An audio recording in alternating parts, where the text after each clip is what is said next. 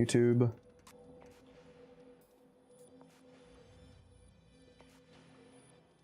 And he calls me, oh, it's because you are old, Pixie.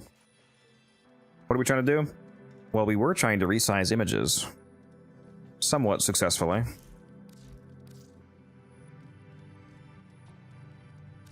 That's right, Barrow's here.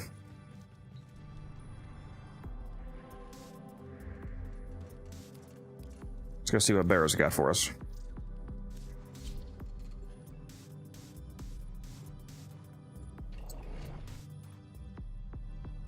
Trying to decide if I should record a Soulframe dev stream video in regards to the founder pack details that we got.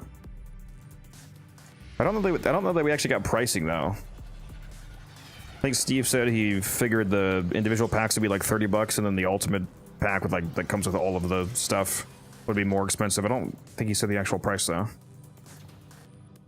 said it'd be a lot cheaper than Warframe packs though, so.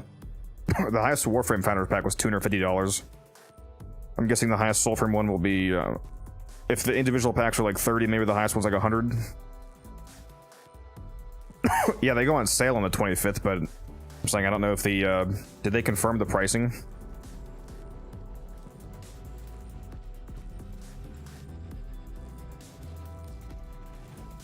The void is a place of endless probability. Kuvaglev, give it to me. That's right, he's got mob boosters. Ooh. Ooh. We always love those. Let me go message the boys real quick, because they're supposed to be on later.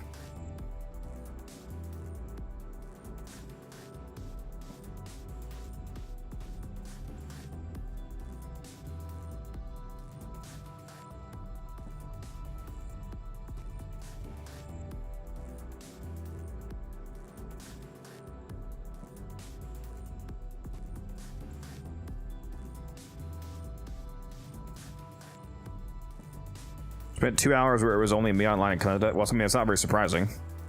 There's not that many people in our clan. If you look at our clan list, I mean, there's less than 30 people, so it's fairly likely that there's going to be times when you're the only one. I mean, we have what? We have 4 online, 13 offline, and one of them doesn't play anymore, so really it's 12 offline, so we only have like 16 people in our clan. So it's going to happen. I'm going to turn my Warframe market on, because we need more platinum.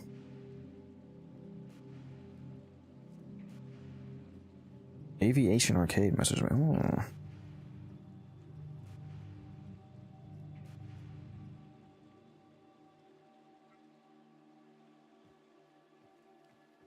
This guy messaged me on the market saying he's interested in my Nataruk ribbon. Which one do you mean though, good sir? Because I'm pretty sure I have 2 listed. Yes.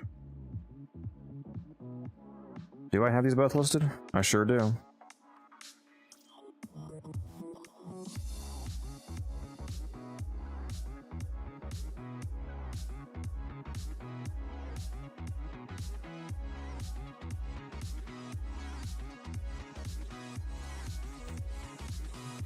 Alright, sorry Barrow, I'm here. What do you got for me?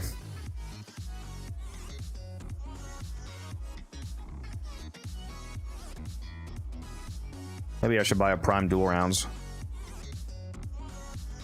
I'll probably sell. What was that selling for before he came back? Let me go take a look.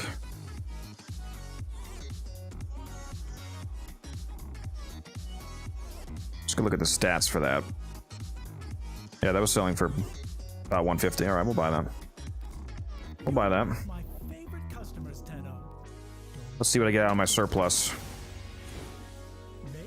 A 24-hour mod drop chance booster. Well, all right, thank you, Barrow. Appreciate that. Based. Got myself about 10 jolts. 300 ducats.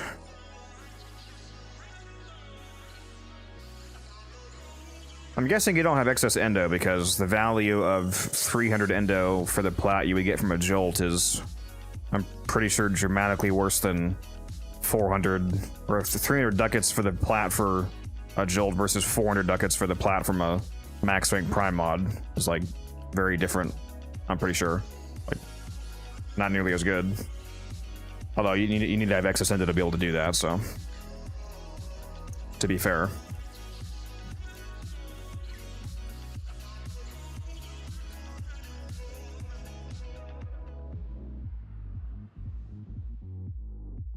This is a different music vibe than what I usually play, huh?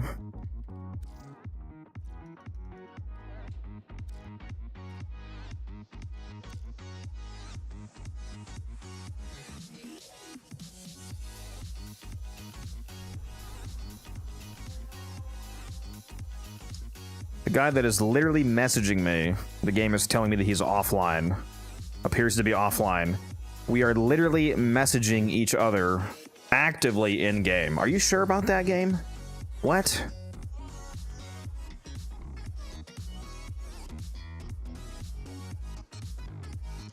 Ghost in the machine, I guess. What is up with the servers recently? Have you guys been having issues with this? It's been telling me people are offline that I'm literally actively talking to. I've had issues seeing people in the dojo. We got to keep like leaving and going back to your dojo because you can't see them because for somehow it's putting them into a different dojo instance, even though dojo servers aren't supposed to roll over until you reach 50 people in one dojo, which never happens. Like, what the fuck? What graphics card do I have? I have a 4080 Super. I have a 7950X CPU, 4080 Super GPU. I have 64 gigs of DDR5, 6000 megahertz RAM, like 12 terabytes of NVMe solid state storage.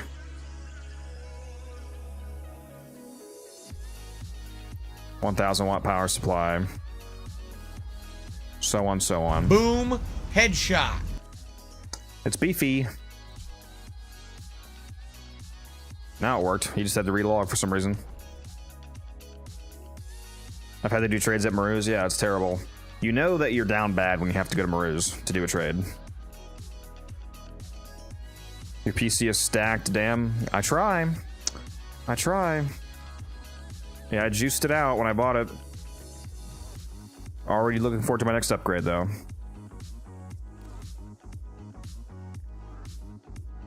Yeah, my PC being juiced is the reason why I'm able to do a triple. Oh my god, he's not. Oh, Jesus, he's not fucking. He's MR6, dude. And the Soma is MR7. God, give me strength!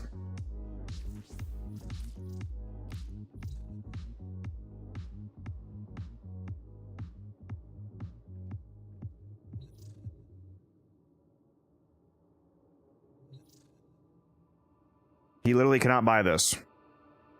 Because the blueprint is locked.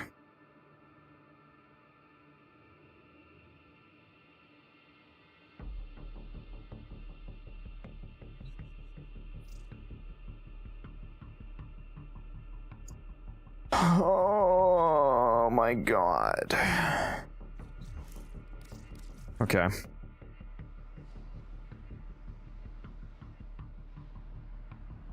Yeah, today's just a fantastic start to the stream, guys. Can't resize fucking images, can't trade. My god.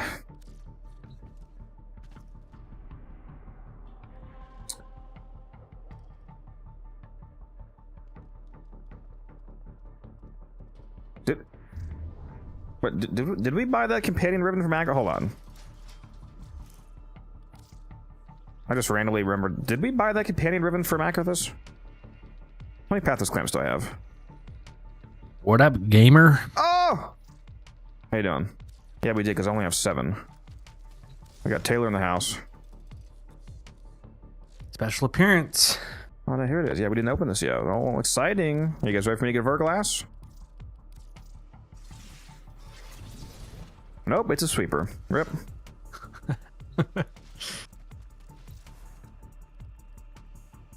How you doing?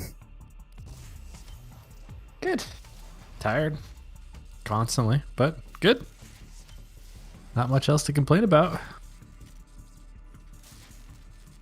I was gonna ask how the yeah.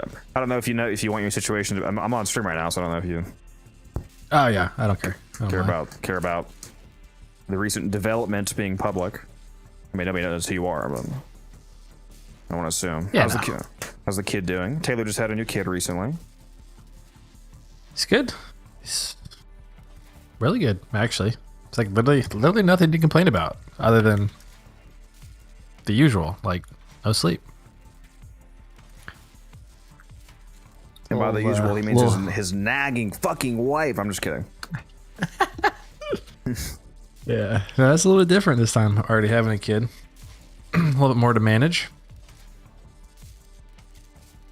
By 10 o'clock most nights, I'm defeated.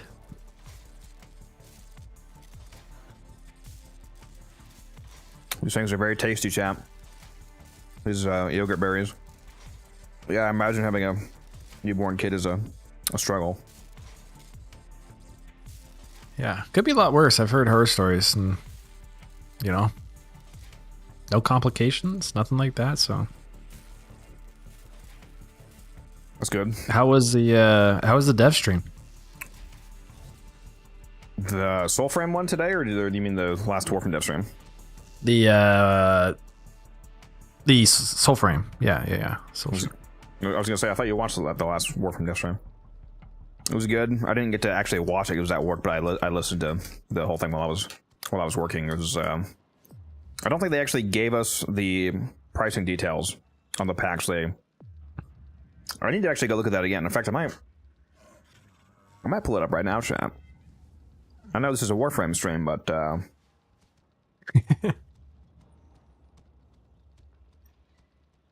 gonna have to go pull it up right now, guys.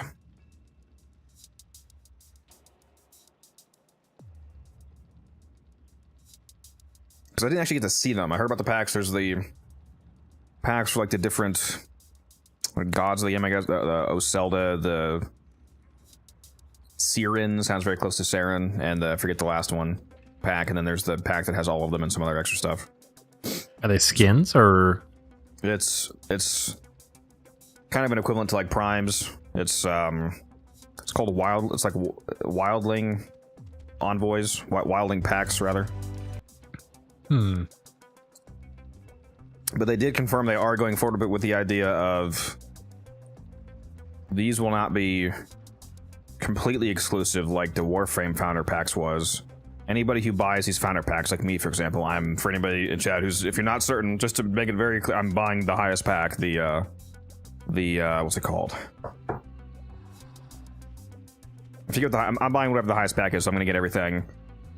For any pack you own, for like whatever pact or envoy or special weapons you get, or whatever, you're able to share the knowledge of how to craft that to other players in the game. But when you do that, like when they get that ability from you to like copy the Oselda pact, for example, your name will be imprinted on it, on theirs. The person that they got it from, like the founder they got it from. Oh, that's actually kind of cool. So it's probably gonna be a lot of people with my name printed on their shit. Yeah. Do you re-up your mod drop chance booster? Well, it's not pay to win, because again, you can get these for free. Anybody playing Soulframe will be able to get these for free. You just have to get it either for free from a founder who just wants to give the knowledge to you in game, or I'm sure people will sell it. I do wonder how they're gonna deal with, quote unquote, slash if they care about the fact that that's probably going to turn to a market. I mean, like depending on how common founders are in Soulframe, especially as the years pass, I do wonder what somebody would be willing to, because there's going to be trade in the game. So it makes you wonder like what people will be willing to pay to, like get the Oselda pack, for example. Yeah, that's a good point. So like buying this for real money is pretty likely to lead to in-game returns as the years go on. Especially depending on how many people buy it. Yeah, well, it's pretty rare. It's probably gonna be more than Warframe, just given that DE is established company now. A lot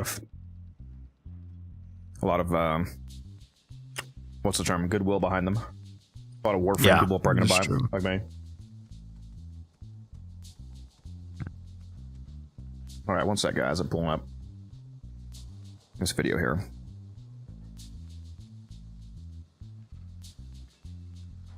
Hold on, let me pause the music.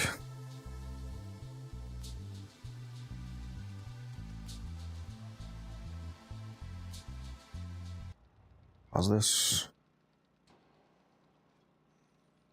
Back to this. Turn this on. I love this sound. Okay, graceful assassin. And then how do you say this one? Wild Paragon. That's what it is. That's the highest pact. Wild Tethrin, Wild Siren, Wild Oselda are the 3 individual packs, and then the Wild Paragon pack is everything, plus the Paragon Greatsword, Paragon Periapt Talisman, Sparagon Spirit Guide Cosmetic, Aurora Figment. I forget what figments are. I forget what that is. A bunch of arcs I don't know what the plus threads are. a bunch of arcs plus Moonsteel. What, the Moonsteel thread? Yeah. Moonsteel thread is the resource for bestitching, which is, you know, like it's Sulfur has transmog. You get a piece of armor, you like the armor in the game has actual stats assigned to it, so for gameplay purposes, you're gonna want to be wearing certain armor, like, you know, like, oh, I want to wear, I'm a courage character, I like this armor that gives me +6 courage better than this other one that gives me +2, but this one that gives me that +2 looks, you know, it's my favorite looking armor, it looks cool. You can weave Moonsteel thread in this upling, and then I forget if it's if you put it into the receiving armor or the applicant armor. They made it permanent. I know that they added. People were annoyed by how Moonsteel thread originally worked. Now Moonsteel thread, when you embed it into a piece of armor or weaponry, it's permanently applied. And I think what it does is that anything that you apply Moonsteel thread to becomes a permanent transmog option. So it's either that or it's the reverse, or like it allows you to change the skin on it either lets you permanently change the skin on that item to other unlocked skins as much as you want, or it turns the thing that you weave into a permanently applicable override for other things. You know what I mean? Like, I forget which way it is. That's kind of nice. They're going to have that like from the beginning. One thing that I was really wondering about is what the premium currency in the game is called. It's called Arcs. So Platinum in Soulframe is called Arcs, ARCS. Don't know what the like lore of that is or whatever, but that's the name. I actually have 200 of them right now on the Preludes because they gave everybody a bunch of Arcs. I actually don't know why I have 200 because I heard everybody got 100 Arcs, but I have 200. So I don't know. I'm built different, I guess. But, you know, whatever. Oh, also a really cool thing. I think, yeah, all of the packs come for this, including the Paragon. Silver Birch Flower for the Eternium Garden. I actually really want to go back and visually see this, because I thought it was sick when I was hearing about it. There's a infinite, like, spirit garden called the Eternium Garden, and being a founder lets you plant a flower in the garden. Like, it'll be there forever. And I think it'll actually be like a persistent world. Like, I'm not, like, you might, I don't know this for a fact, but be like, you might be able to, like, choose the point where you place your flower, and like if you have other friends that are founders, you might be able to, like, you know, put your flowers together in the same spot. Yeah, that is so sick if you could do that. Yeah, so like, you know, 10 years from now, like, that garden will be the garden is gonna be there the entire game, and people can. I don't think you have to be a founder to enter the garden, but only founders are going to have flowers there. But anybody can be able to walk through, and your name should be like tagged on the flower. So basically, you'll be walking through a field of founder names. That's super cool. Yeah, which is pretty sick. Oh, Shelda. Nice. Oh, Shelda. I think Ocean. Read. So unique. This is, Yeah, there's a lot of there's a lot of cool, unique things. So there was a funny moment on stream today. They showed the character that's going to be basically how you interact with the store menu, like what's going to be there, like instead of accessing the market through like a computer terminal on Warframe, for example. There's a camel. I forget the name of the camel, but there's a camel that you go up to and you quote unquote talk to the. I don't know if the camel is as a talking animal like an omen beast, or if it's just a camel. But you go up to the camel and you quote unquote talk to it, and then it opens up the premium currency store menu. And people in chat immediately coined it the capitalism camel. So that's what it's gonna be called now, I guess. Thought that was pretty funny. The economy is, and some people are hurting. So we're trying to make it a little more reasonable that way than even Warframe was. I'm still I wanna buying the see founder of these. Zelda. I'm buying them. I'm buying the Paragon. I'm buying all of them. Steve said So I think that's just, you know, that he thinks it's going to be $30 for the individual packs, but I don't think he said a Paragon price. What they can, what's the exclusives Yep. that they're gonna see? What are the types of gear? And so for us as a studio, it's so exciting to say we've been doing this game for. It's actually probably such a crazy difference of like yeah. when they were starting Warframe, For us, it's to say, the founder hey, pack everyone money that they can play this game, if they want. got versus this. And so it's kind of cool. Yeah, Like this night is and not day on sale. difference. This is going to go on sale on the 25th. Are you buying one? I forget what you said. Are you planning on making? I don't know. You should probably It's play not the really game. my kind of game, but I don't really want to To be fair, also miss out. probably neither was Warframe when it first came out. It's true. Might get the Paragon one if the program stays for a few more months while I get a new job. Yeah, I don't know if they gave a cutoff time for the Soulframe Founders Pack. I just know that it goes on sale starting on the 25th.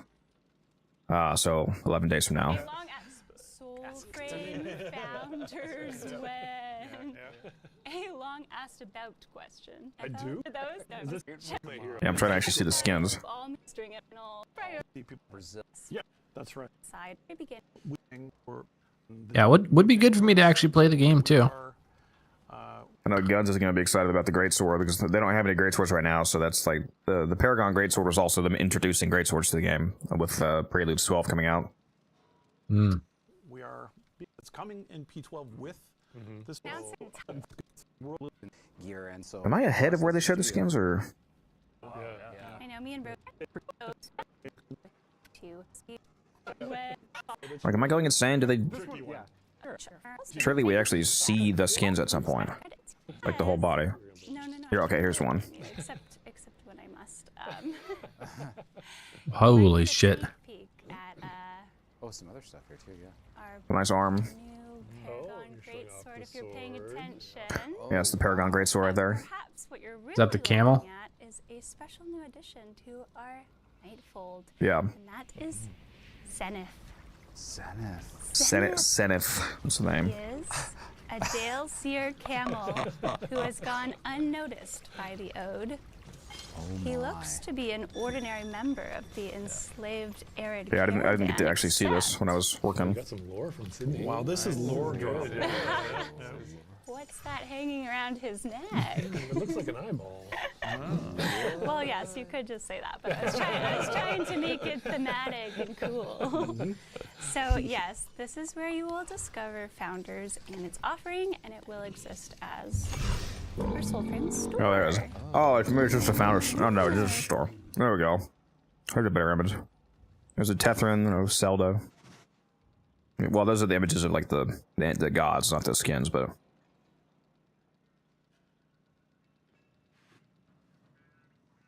The Paragon is Yes, just all please three of give a- those. Saying you may be speaking to Plus some extra stuff, like the Paragon Greatsword is So only if from you the can Paragon see pack. here, Makes sense. He Okay. spits as well. Yes, yeah. I think there's an animation. There's an animation Is for it a in? spit. I wonder if these numbers are final. Like this one says, like, so it looks like these individual packs of cheaper ones gives you 1,000 arcs, which again is platinum, and 10 moonsteel thread, plus all of the cosmetics.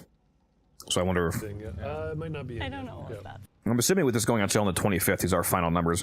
I wonder if 1,000 arcs, like I wonder how value-wise 1,000 arcs is equivalent to like 1,000 platinum or not. Our Wild Tethrin. I wonder how much the Paragon pack gives. I'm assuming the Paragon pack gives at least 4,000 if these each give 1,000. It's not going to be called anything else. No, it's Zenith, a Dale That's a good Seer question. camel who's gone unnoticed. Hover over the Paragon pack. And you can see her. There we go.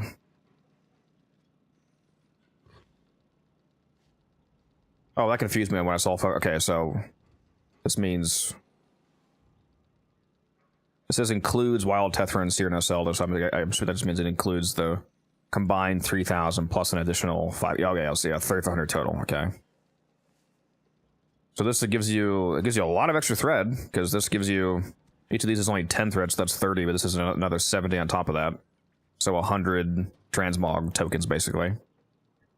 I feel like 100 Moonsteel thread is a fucking insane amount because they're permanent. Once you Moonsteel thread something, it's permanently transmoggable. So that's 100 different permanent reskins.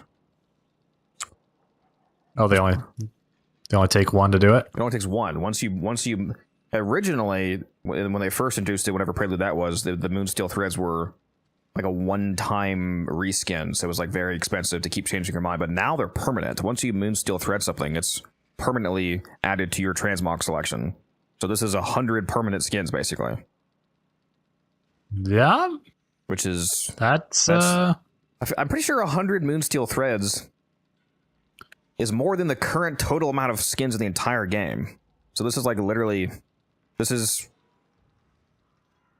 unless I'm very special, guys, and I don't understand how much there actually is. This is like literally unlocking every skin in the game for you for the transmog system if you buy this.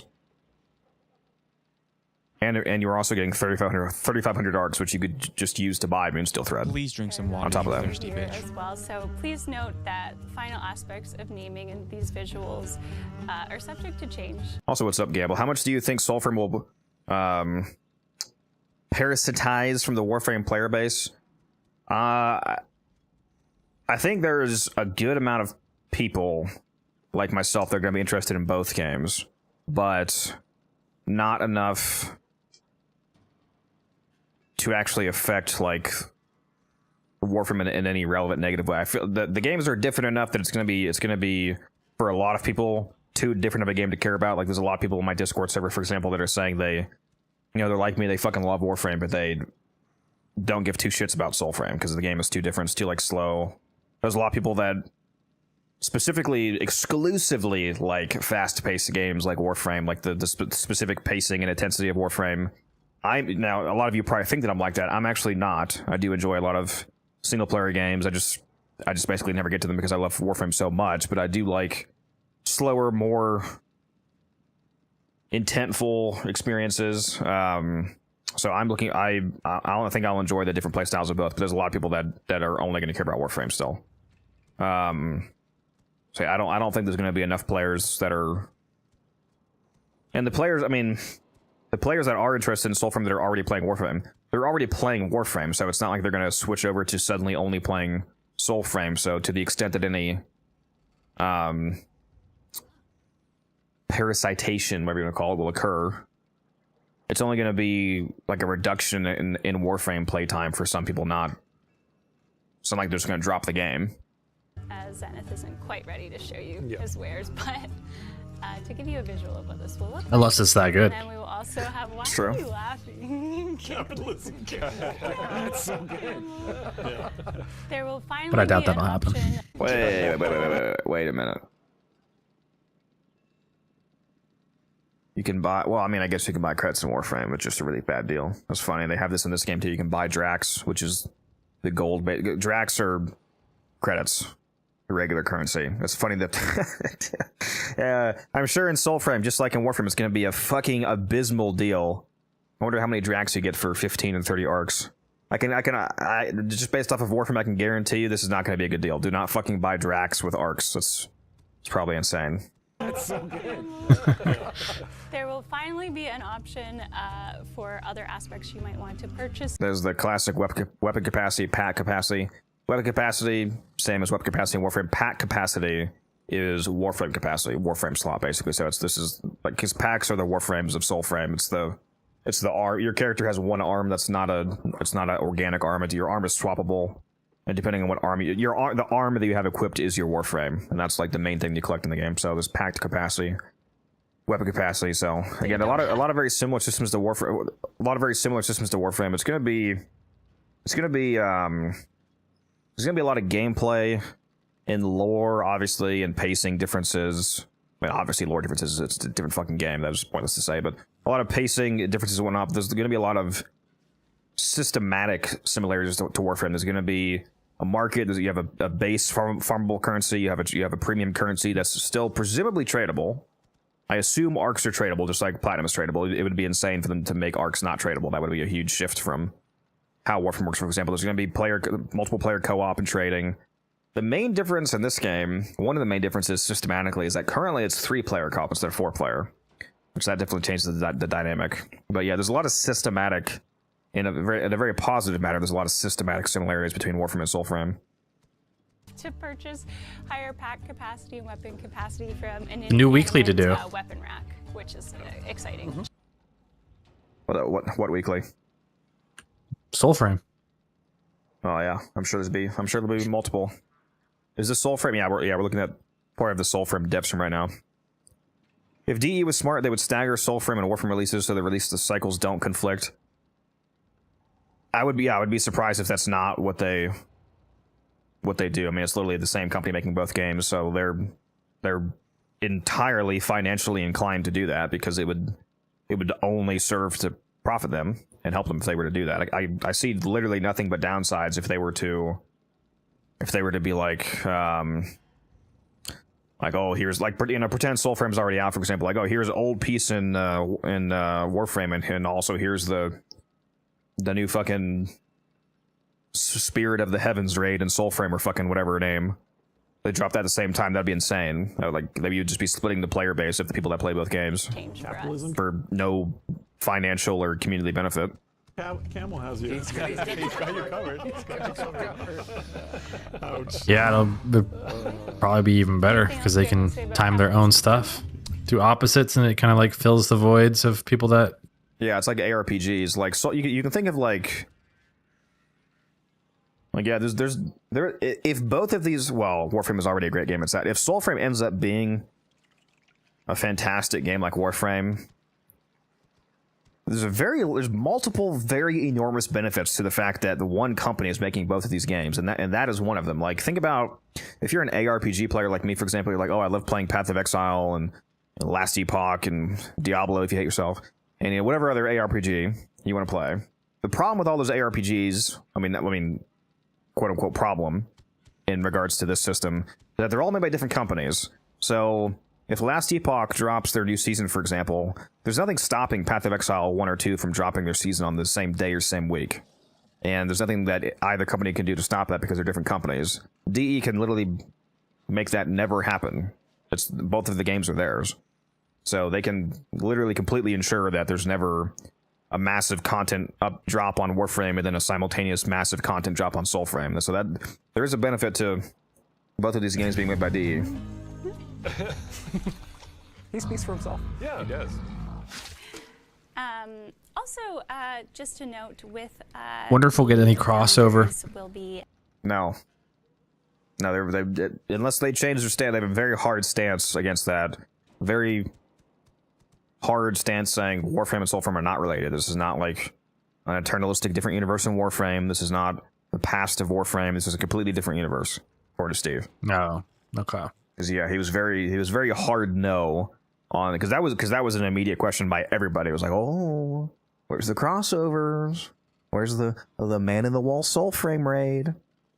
And you get to the credits roll on Soulframe, and you just do like 20 seconds in the credits. Zato Vomer. You're like, oh, just go crazy. That would be actually insane. Motifs? How do you say Oh, this? motifs. Motifs? This is like Is this the name of images that Oh, you this can. is brand new. Yeah, brand new This motifs. is brand new tab. Yes, you That's what motifs are. That's right. It's the glyphs. might Forget have about that. heard on as well. So, Show it. Portrait of the garden. Spirit flying. Whoa, look at all. Oh, these- here's the Eternium Garden. Yeah. So Get our spirit. Oh yeah, go back. All right, so this is the system for those of you that didn't hear me talking about this. Soulframe. They have a very unique system for founders. Hold on. I have to ban an idiot real quick. There we go, get banned. Anyways, there's a very unique system in Soulframe where all of the founders get to go to what's called the Eternium Garden and plant a flower that's tied to their name, and that flower, the garden will exist forever. So it's basically going to be a garden you can walk through full of the names of everybody who supported the game when it first came out. Get our spirit flying. Whoa, look at all these. yeah. So if you are able to support us and get founders, one of the things you get is a flower to plant forever in Soulframe, and they become part of this Saturnium Gardens. It's got your name attached to it, and so that's yeah, one of the sort of benefits. We had this kind of a bit in Warframe, and yeah, so now you can kind of work together with other founders if you want. And Guess Guns never getting on tonight, huh? Fey Gardens to Look at all the the former goal. founders. Look at the. yeah. He said he was. He just didn't win. Look at all our friends waiting for us. So you will be able, obviously, gonna finish to my whole see calendar. other envoys in Yes, the you can hang out gardens. here. Absolutely. Yep. Excellent. And yeah, you can see. I mean, obviously these Oh, are it's got their names yeah, there. their names there. Maybe Yeah. I'll- yep. Yeah, you can see their names. Very cool. Hey, Steve. Hey, I was testing my work. I put a few. Wait, do you get to pick your flower? Yeah, we do Sorry later. about that, George. Yep. Yeah. That's what it looks like. I wonder. So this right now he has 4 flower choices. And I wonder if the pack that you choose determines your flower, and buying the Paragon pack gives you access to a Paragon flower or the 3 individual flowers. I wonder if that's how that works. Should I plant? Yeah, plant something. Sounds These logical are to me. placeholder plants. We have the full detailed flowers coming. Yeah, permanently claim the Saturnium plot. So it looks like you can pick where in the garden you want to. I wonder. So that, I mean, this must be infinitely generated because they don't know how many founders there's going to be. Yep. I'm right next to you. How cool would it be if it was just like the open world? Like you could pick a place and just put your flower down. So this is kind of our way of for That'd be cool. I mean, they're founders showing you that right now what it is. Yeah, that would be cool. name in the game for forever, For forever and ever. for Eternium. Whoa! Whoa! Oh my gosh! Look at how many people showed up. Cool. That's awesome. Okay, everybody, team. wave before we leave. No, Also, what's up, wave Avery? goodbye before breaks. Yep.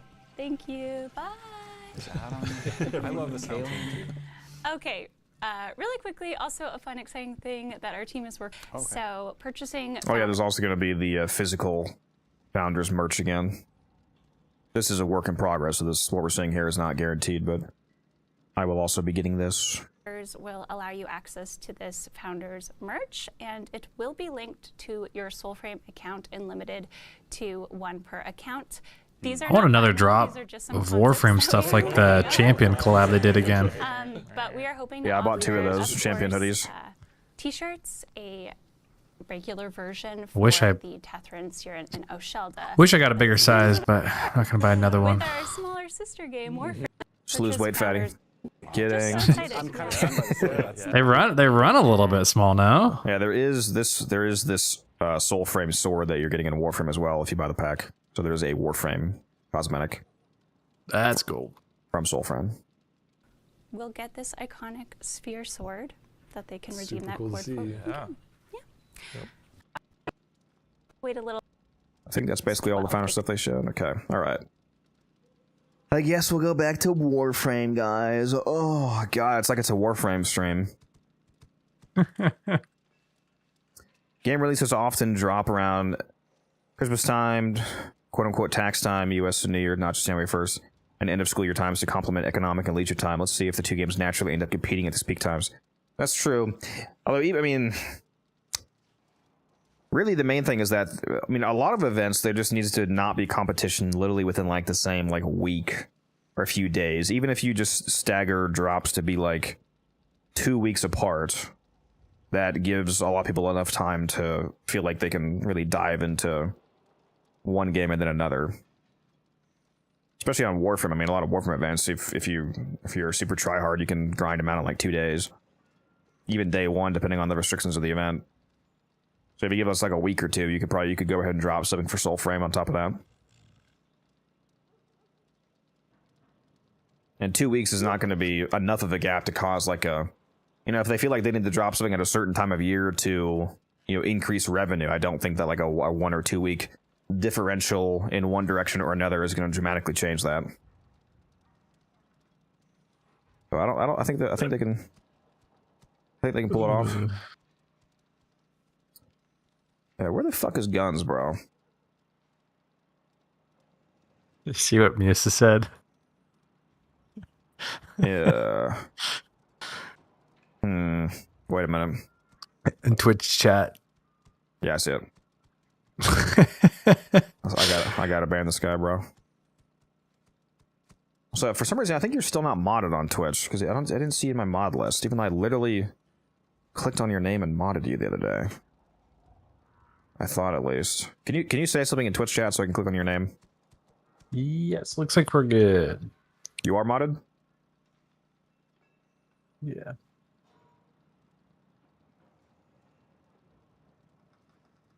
Oh yeah, you have the Yeah, 1 year looks like badge it's now. By the way, I added some more of the badges that were missing. Oh, all right.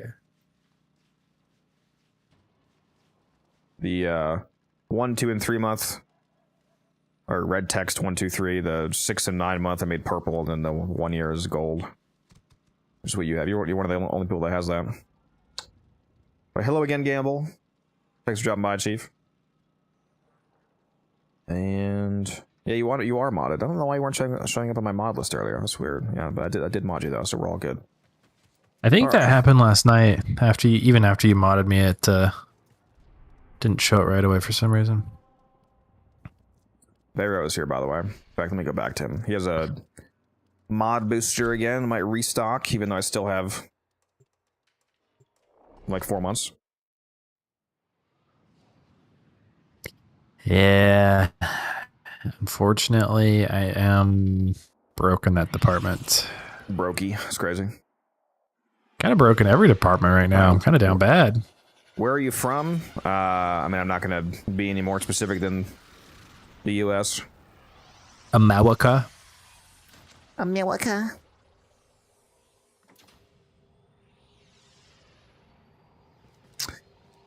How do you feel about Soulframe, Gamble? Are you interested in the game? I feel like maybe I'm completely off base, Gamble, but I feel like you would be interested in the game because it's basically like a hard reset on, like, systematically, it's kind of like a hard reset back to what original Warframe was like, you know. No power creep, not yet, at least, obviously. Much slower gameplay, more methodical, a new game to learn, so I thought maybe you might be interested in that, Gamble. Although maybe you're not interested in this style of games, I don't know.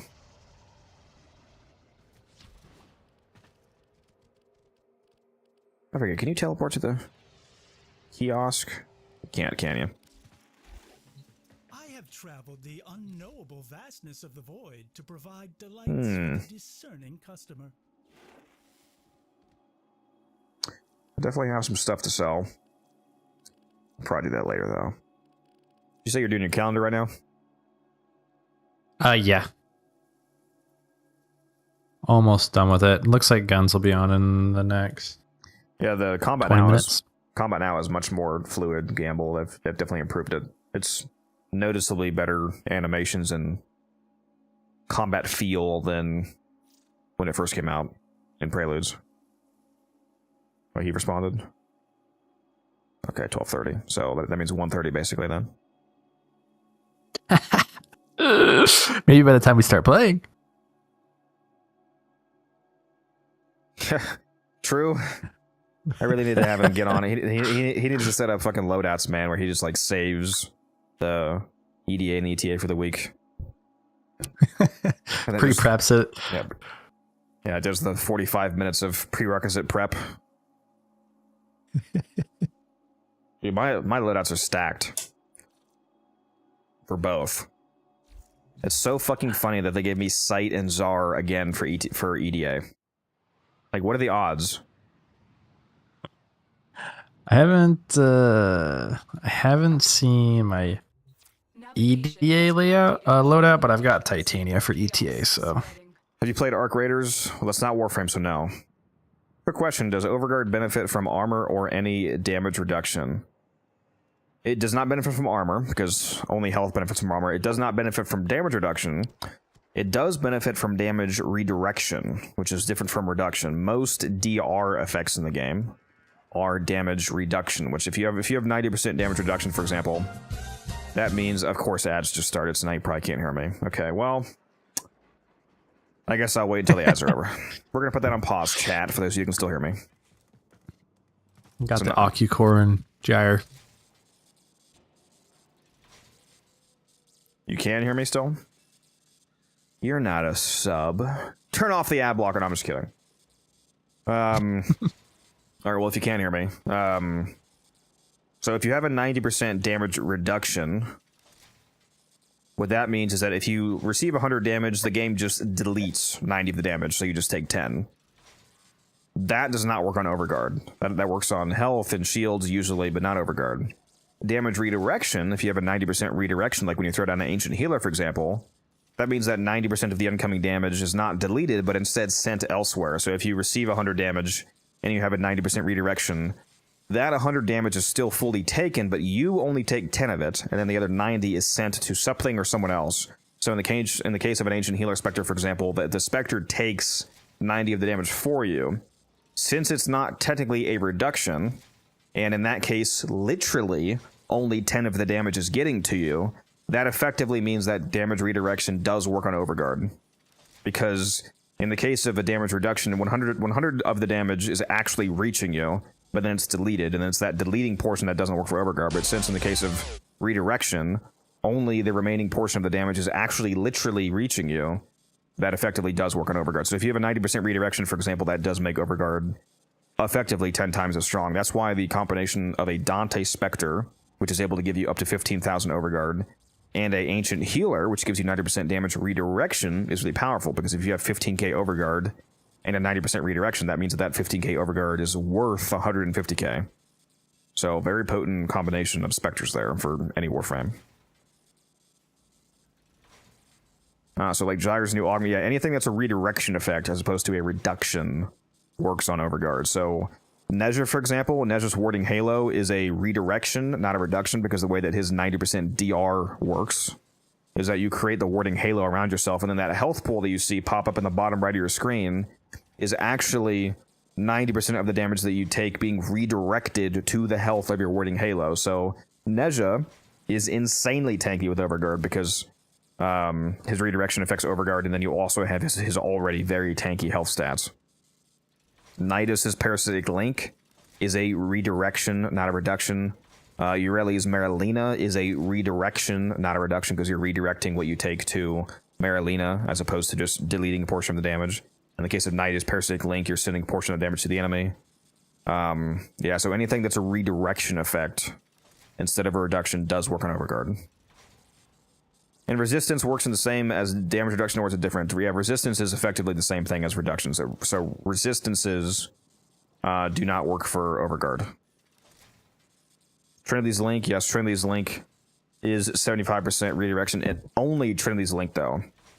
A lot of people mistakenly think that Trinity might be able to buff Overguard by like a 93.75% or whatever DR, but that's not true, because the 75% DR from Blessing is a damage reduction. The 75% DR from Link is a redirection. So one's a redirection and one's a reduction. So only the 75% redirection from Link is effective on Overguard. So basically, Overguard is 4 times as strong on Trinity, not over 10 times as strong, because overall Trinity has effectively about I think it's 93.75% reduction when you multiplicatively stack two 75% DRs on top of each other, even though ones are even mathematically there's zero difference between a reduction and a redirection, because the effective result on your health multiplier is the same. Like if you cut the damage that you take by 75% as opposed to sending 75% of it elsewhere, that results in the same effective mathematical health. So you can calculate the same way. So stacking a 75% redirection with a 75% reduction is the same thing as if they were both reductions or both redirections. So she has like a 93.75% total, but only 75% of that works on Overguard.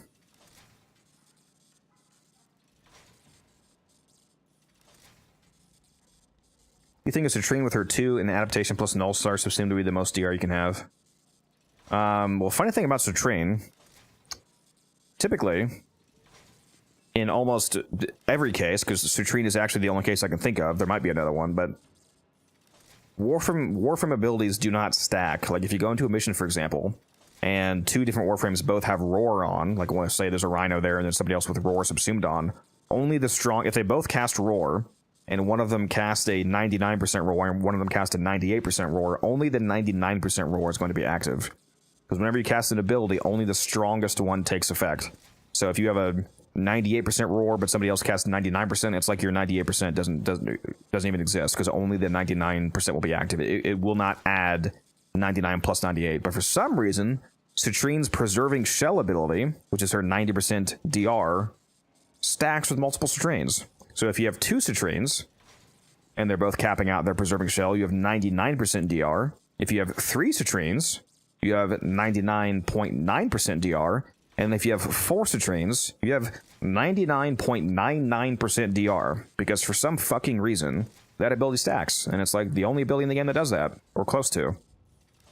So if you bring 4 Citrines into a mission, you are functionally a godlike immortal. Like, you cannot die.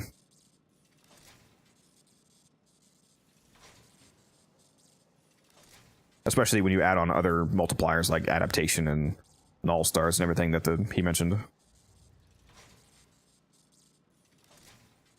I do sometimes see 2 roar buffs top. Well, you can visually see both buffs. Like, it'll still display the timers of the abilities because it's still relevant to display the timers because only the strongest ability takes active or takes effect. But if the stronger ability runs out first, then the second strongest, if it still has duration left, will kick in. So if you cast a 100% roar that lasts for 30 seconds, and you also simultaneously last a weaker 50% roar, but it lasts for 2 minutes, and so like for the duration of the stronger roar existing, only that roar will take effect. But once that one runs out, and say the other one still has like 60 seconds left, then that one will take over, and that will be the effective one. So it's still relevant to see the timers because there's the possibility for which one is currently active to switch based off duration.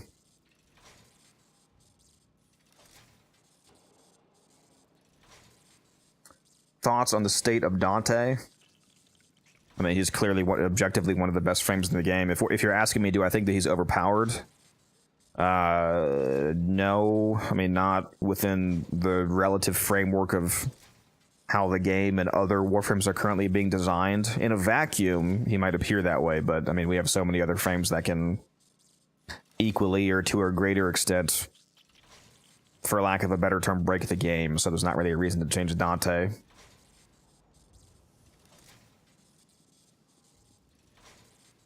And if you're asking the opposite question of do I think he's good enough, yes, clearly, again, he's one of the best frames in the game. Man, I miss this game. Used to main in ROs. Well, there's no reason to miss it. Just keep playing it. It's a free game.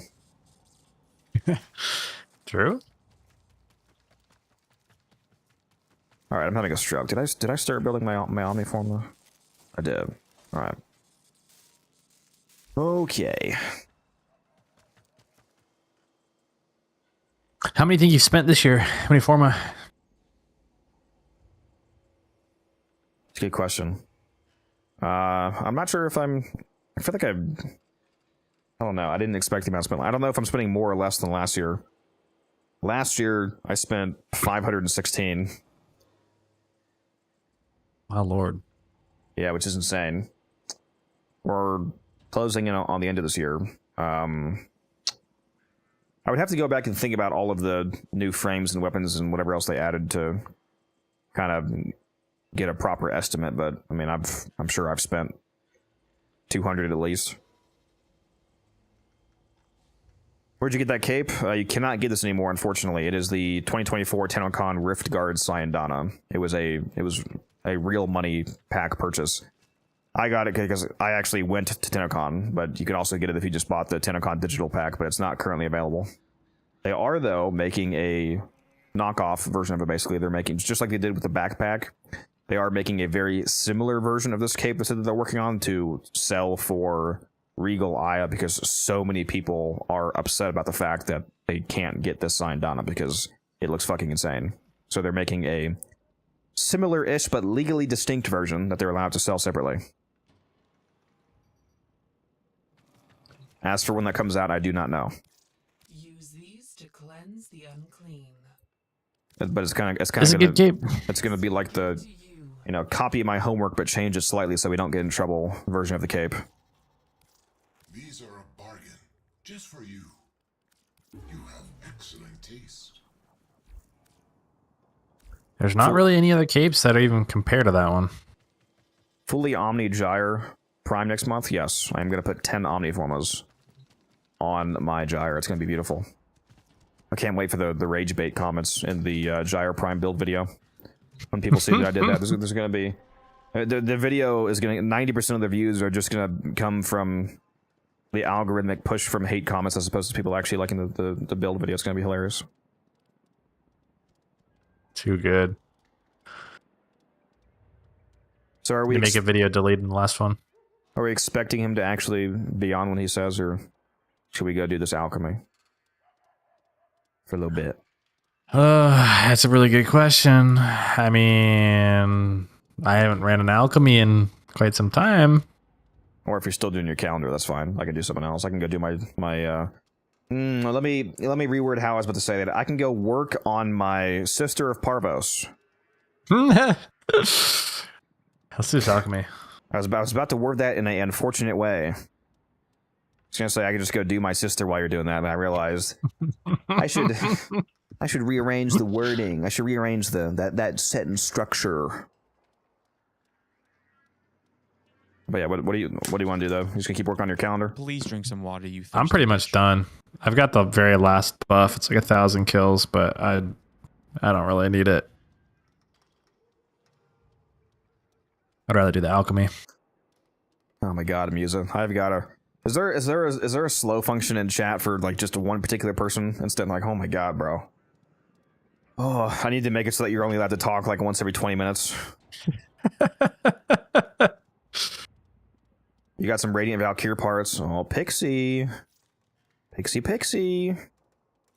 I like the sound of that.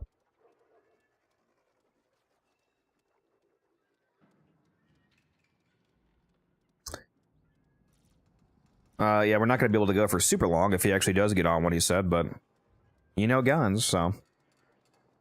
Yeah, Pixie, if you want to go... By the time you set up...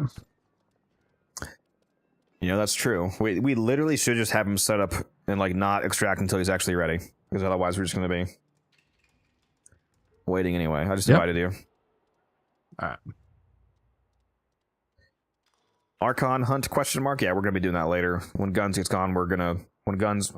I can't speak. When Guns gets on, we plan on doing all of the weeklies because I have not done any of them yet. Still got to do my Archon, my Nitrocell, my ETA, my EDA. It's going to be an absolute joke, though, because I don't know how many of you guys saw my loadout the other day when I went to go check it, but it's fucking hilarious. My ETA is Revenant with Felargs and the Latum and the Bow Incarnate. So, lol. And the EDA is, unironically, Sight with the Kuvazar. So, yeah, it's not going to be very hard. Ugh. Milton, thank you for the follow. It's too easy. It's too easy. Pixie said that she'll be joining us in a moment with some Radiant Valkyrie next week. So we have one spot left if anybody else wants to go. Do keep in mind, this might be a very short run. Because we're going to... leave whenever Guns is ready for the weeklies. So this is not going to be our usual, 3-hour alchemy.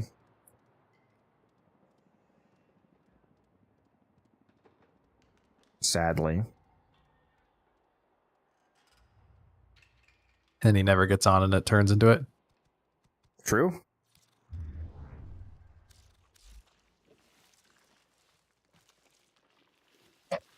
Speaking of Dante, I forgot I had an invigoration for him this week.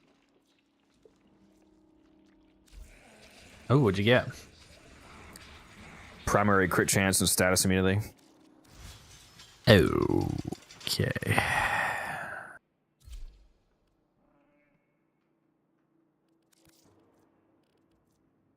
Alright, who am I playing here?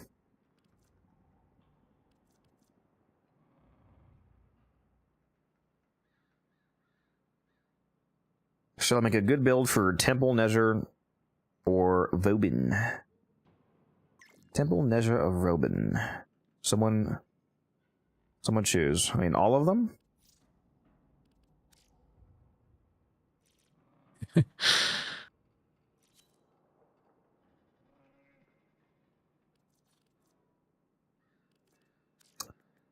You know what? I'm going to bring Trinity. Fuck it. I never play as Trinity. All right.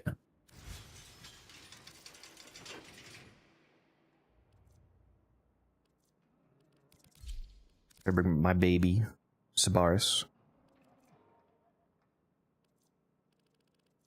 Yeah, it's pretty good. It's almost as good as the Sakars. Watch your mouth. I know where you live. All right, you're right.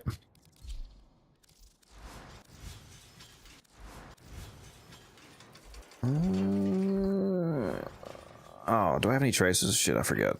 Yeah, I sure do. They're capped out. Okay. Nice. Forgot that I didn't spend those after that cascade. Make sure you guys spend your traces if you haven't already. What am I? Acarius. That's what I'm going to do. Acarius Prime.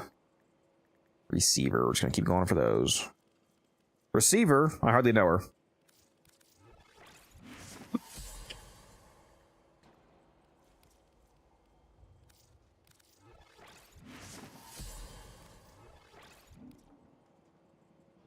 Oh, the old lady wants to hop in. There she is. Nice.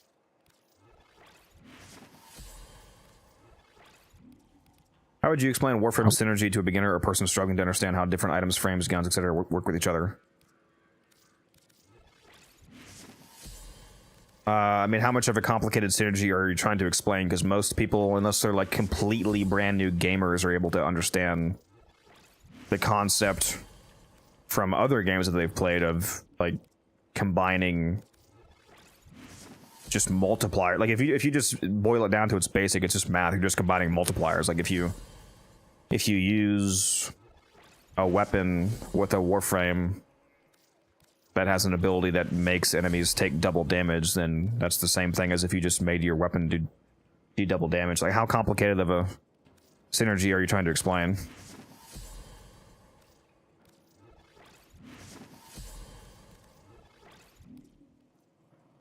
Is farming Aya possible? It's not as good as it used to be, but yeah, it's still possible. It's just the rapidity of doing so has been reduced. Rapidity, what a fancy word. Yeah, it might be the first time I've ever heard that. I'm pretty sure it's a real word. You get the idea.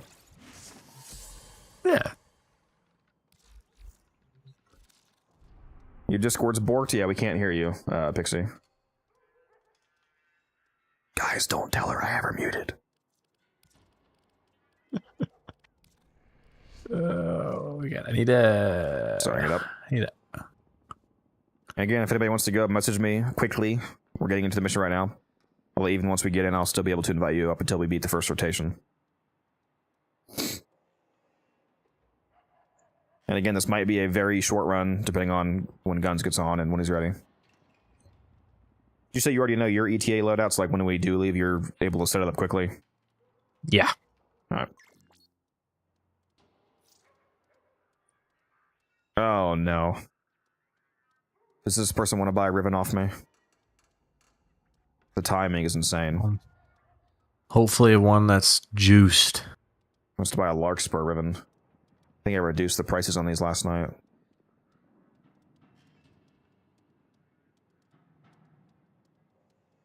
Well, they're all 200 plat, though, so no matter which one he chooses, it's 200 plat.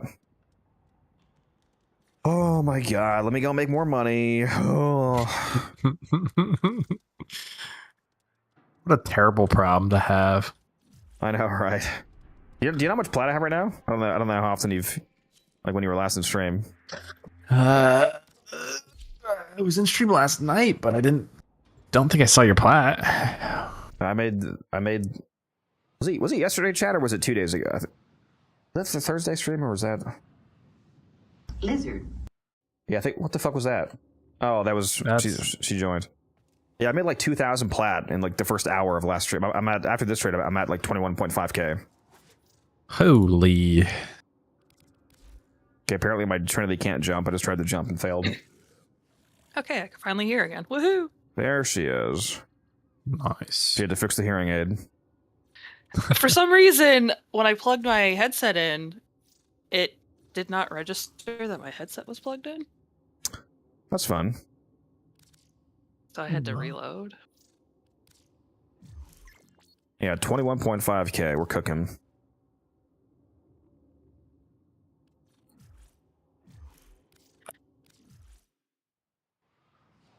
I still have so many arcanes to sell. Still have like 70 Avengers.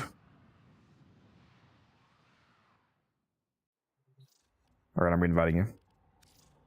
I still have a few, actually, now that you say that. What, Avengers? Shell. Yeah, I think... I didn't have a ton, but I had a few that I needed to offload. Yeah, that's fine. Yeah, if I miss a comment in chat, you guys can feel free to say whatever you said again. That's my bad. I try to keep up, but sometimes it just gets a little busy. But keep in mind, there's 3 different streams going as well. So I'm viewing the chat from all 3 streams. So on my end, it's a bit more crowded than what you guys are seeing on your individual platforms. Oh, it looks like I only have an Aegis and a Fury left. But yeah, sorry about that. So you can go ahead and ask me again, whatever it was, streamer. Is crit chance capped or crit tier? Like, is there an orange? No, there's no cap. There's a visual cap. It stops displaying after. There's no way. Somebody just messaged me again, dude.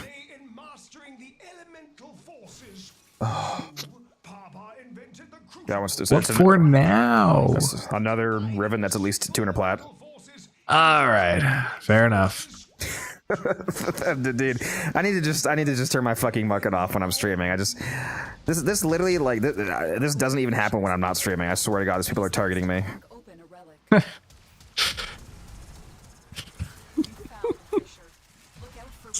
Trolling me with profit. They wait for me to start doing something. Exactly. It's annoying because, I mean, I don't know how much my viewers actually care. But, you know, I feel like I want to make platinum, but at the same time, I also feel bad when I'm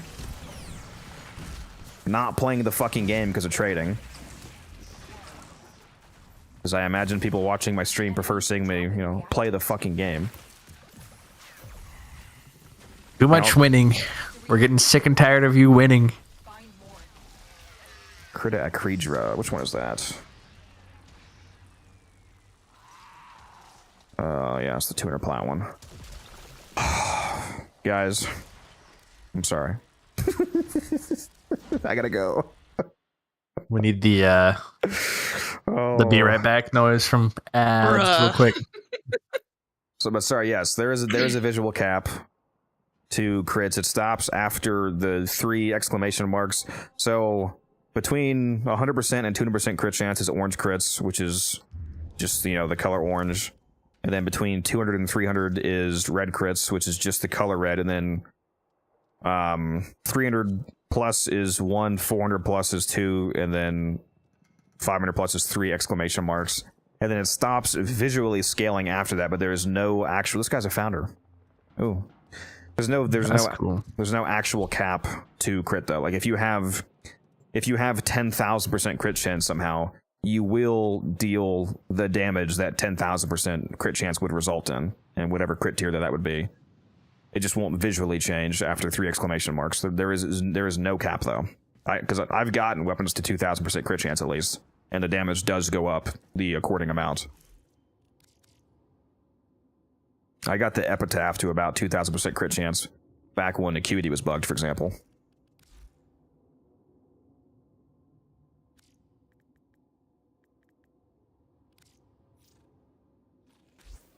It's too bad he wasn't buying the 450 plat one. Still 200 plat. Would be nice. Bro, chef, let me just... Do I turn off the market or not? That's the question. Well, if you get another one, you just had to incrementally increase them. So if they now offer you for a Riven that's 200, then you can't leave. But if it's a 400, you leave. Your ass would leave. I would leave for 20. Yeah, broke ass, bro. I'll tell you what. All right, Pixie, time to reinvite you for the 50th time. Just the 50th? Have you already done your, have you already done your is it though? Is it though, Pixie? Have I done what? Have you done your weeklies? Because we're going to be doing that when he gets on. So we only have 3 right now. So if you or any other I have not done the I don't remember what they're called. Of course you don't. It's the old age, I'm guys. old. Back in my day. Yeah, we usually do the ETA, then EDA, then Netracell, then the Archon hunts. So which one of those have you not done? I have not done all but the Archon hunt. I've done the Archon hunt. So you still need to do the ETA, EDA, Netra? Yes, I think so. Well, since you're right here, you can go with us if you want. We have a fourth spot open. And I guess you're entertaining enough. It's just enough. I swear to God, guys, if I get in this fucking mission and then I get a message saying, "Hi!" exclamation mark, I'm gonna go insane. For those of you that don't do trading, that's the ribbon on Warframe.market. If you get a "Hi!" exclamation mark, that means that somebody wants to buy a ribbon, because that's the copy paste message for ribbons. I love getting those messages. Well, I mean, so do I, but I swear to God, it happens 10 times as much when I'm streaming. Until you get it's like Musa, some dude's on console. Musa, I swear to God, I'm going to ban you, bro. He just messaged me hi. Why don't you be useful and get in the mission, Musa? I think that might be in a cascade. Yeah, that's true. He probably is. I saw that in. Oh, the red crits. Oh, that was delicious. Did we get cascade with juice, man? Did we get the secondary thing? The crit? Oh, Loke Surge. You can see the buff on your bar. Yeah, secondary weapons deal red crits. Please drink some water, you thirsty bitch. So, I don't have that problem. I always red crits. So, inflation has hit the Twitch stream, and I increased the price of Hydrate from 300 to 500, and Teasman is still redeeming it every cooldown. Living Alive, thank you for that follow. Appreciate that. Oh, Thacker raided me last night with 100 people. Nice. And it was a follow, but I couldn't keep up with the follows. I feel like he raided you a few months ago too. You watched Thacker Onyx? Yeah, he raided me last night with 100-something people. Very nice of him. A lot of follows. We hit 1,600 followers last night. I think we're already pretty past that due to that. Yeah, we're at 1,620 right now.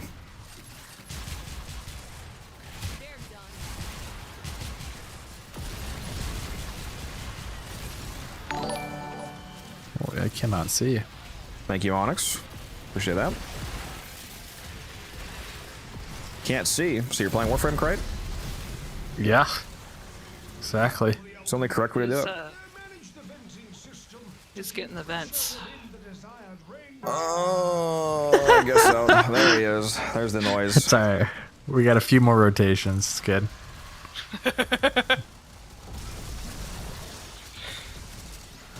Is he here? Guns? It always seems to take his microphone a moment for some reason. Yes, I'm here. Oh. Nice. What's All up? right. What's up? Did you get a new mic? You sound a little bit different. No.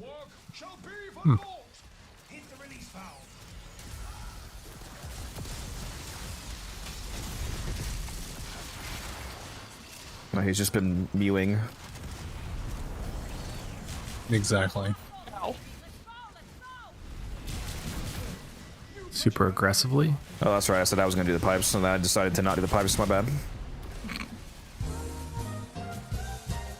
I'm not used to doing this.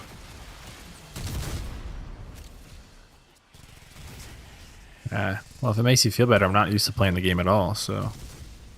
True. Could be worse. I feel a little rusty. I'm not gonna lie. It's been rough out here. When are they gonna fix Terrify on the Stalker?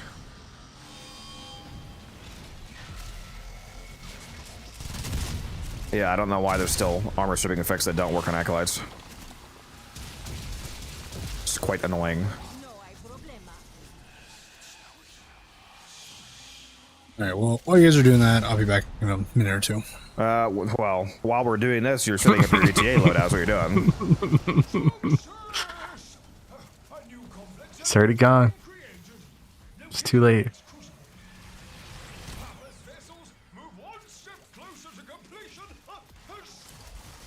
And we're out.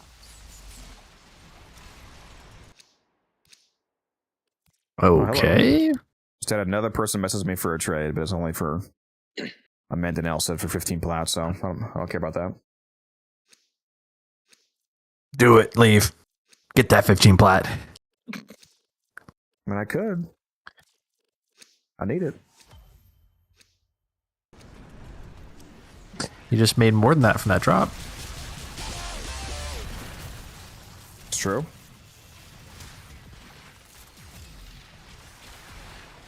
Welcome back from the ads, everybody. I got yet another trade offer, although this one I'm declining.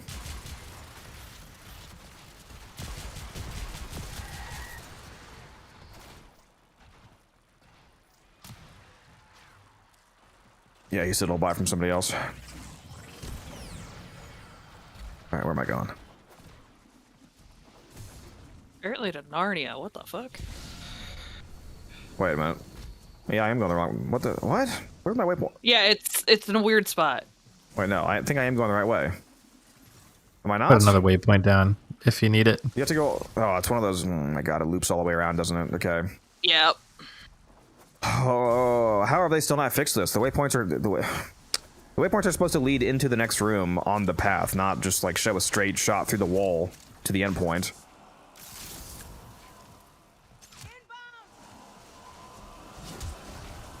Give me that vodka. Oh yeah, I need those. You know, you can tell which Voca it is just by the sound. Like, they all actually sound different. Different tone. Bella Voca. Oh. Fly, my pretties. Oh, a sculpture. Sculpture? Fancy. Just happened to be sitting right there next to us. Hell yeah. They should add new, a really easy new thing to add to the game. That'd be mildly exciting. Would just be new IO10 sculptures. They do keep adding new IO10 sculptures, but never base ones. Every single IO10 sculpture that they've added Are they decorations only? No, they're all IO10s. Like you can turn them all on for endo, but every IO10 sculpture that they've added after the base IO10s have all been area-specific, like, purchases, like the whatever the H one you can buy from like Necroloid and one from Arbitrations. Like, they've never added a new base IO10 sculpture that can spawn in mission, like on the ground. They've all been area-specific purchases, not like a new one you can just find laying around in missions. It's still only been the 5 or whatever base ones. Like, the best one that you can find. The best one that you can find on the ground is a Ordo sculpture. It'd be cool if they added new ones. Like, they could be even rare, like they could be hyper unlikely to find, but just, you know, it'd just be cool to add more of them. Why not?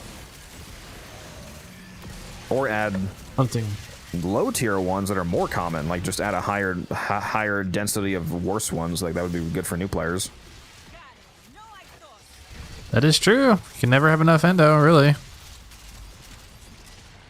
Add like a really weak one that only requires like a single cyan star to fill, but it you know, it's a lot more common.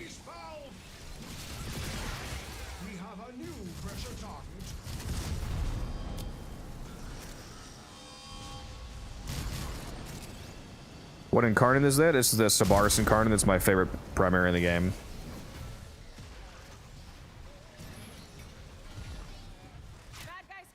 There's just a pile of things floating in the air. Thank you for holding on the topics while I was in ads. I tried to, yep. If it's important, I try to do that. Yeah, this is a lot of amphors. Waypoints are so annoying. Either they tell you, okay, base. Either they tell you to go through walls or tell you to go through a random side tunnel. Yeah, the way that waypoints are supposed to work is that they're not supposed to just appear on the end result through walls, like showing a straight line from where you are to where they are. They're supposed to show the path into the next room that is on the way to the... It's like even if you have to go in like a U-shaped curve to get to the item, instead of like the waypoint shouldn't be at the end mark, it should be in the next room on that U path, so like it actually continuously shows you the actual walking path to where you're going, not just a useless straight line, because then you still have to discern what the actual walkable path is. And usually they do that, but sometimes it still fucks up. I don't know where the fuck that sculpture is. Also don't know where the fuck I'm going. Am I going the right way? Oh, I forgot to put my panzer back on. Oops. What, do you have nothing on or what? No, you have Nautilus. Yeah, still good, just no double drops. I picked Okina and Sabaris last week's rotation. Well, you picked the two best weapons then from that rotation, pretty much. The Okina is my favorite melee.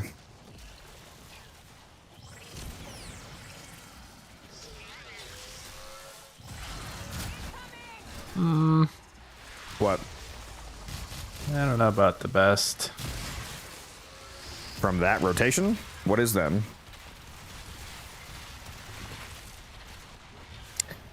Talking about last week's, right?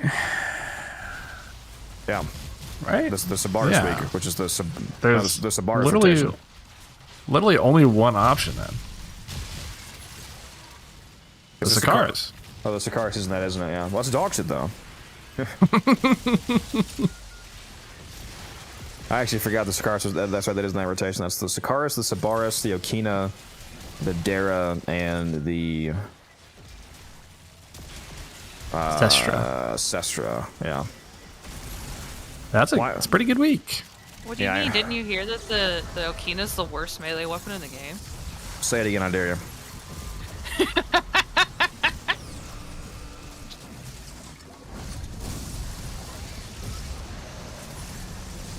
Only my most used. Just curious, why is the Okina so good?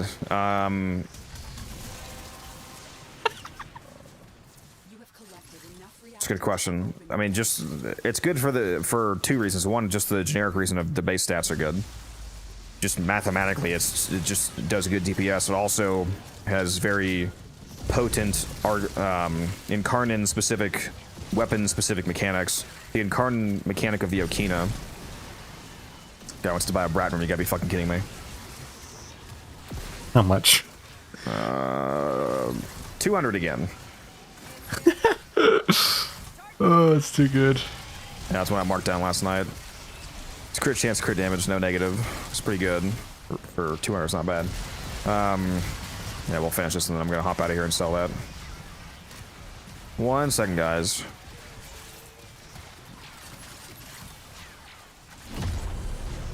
Can you do the pipes, Taylor? Sure can. Well, I'll explain this.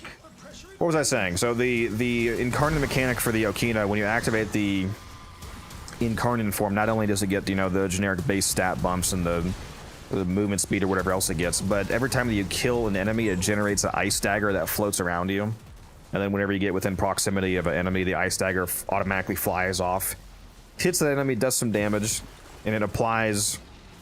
I think it's is it a max stack of cold stacks, or is it just a few cold stacks? I think it instantly freezes them, so it instantly applies 10 cold stacks. But it also has like normal modded status chance, so it does cold damage, but it forces a max cold procs.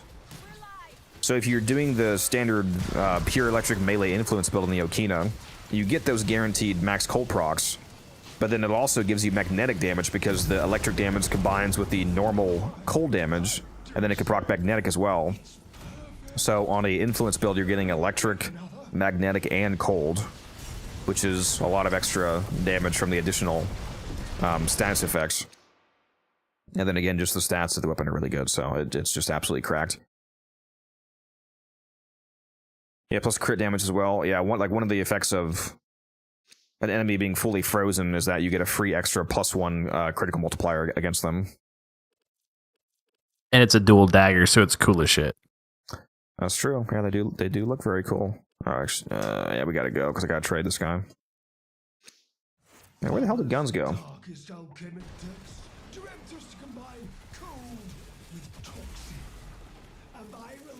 I'm back. I'm just sitting here eating. I didn't want to be chomping in your ear. Oh. Did you get your ETA You ready to go? set up ready? Yeah, EJ's done. I mean, it's really simple. Just guard square at Tomos. Okay, that will do it. Base, do you have your stickers applied? Yep. All right, I'll go trade this guy, and then we'll do the weekly then.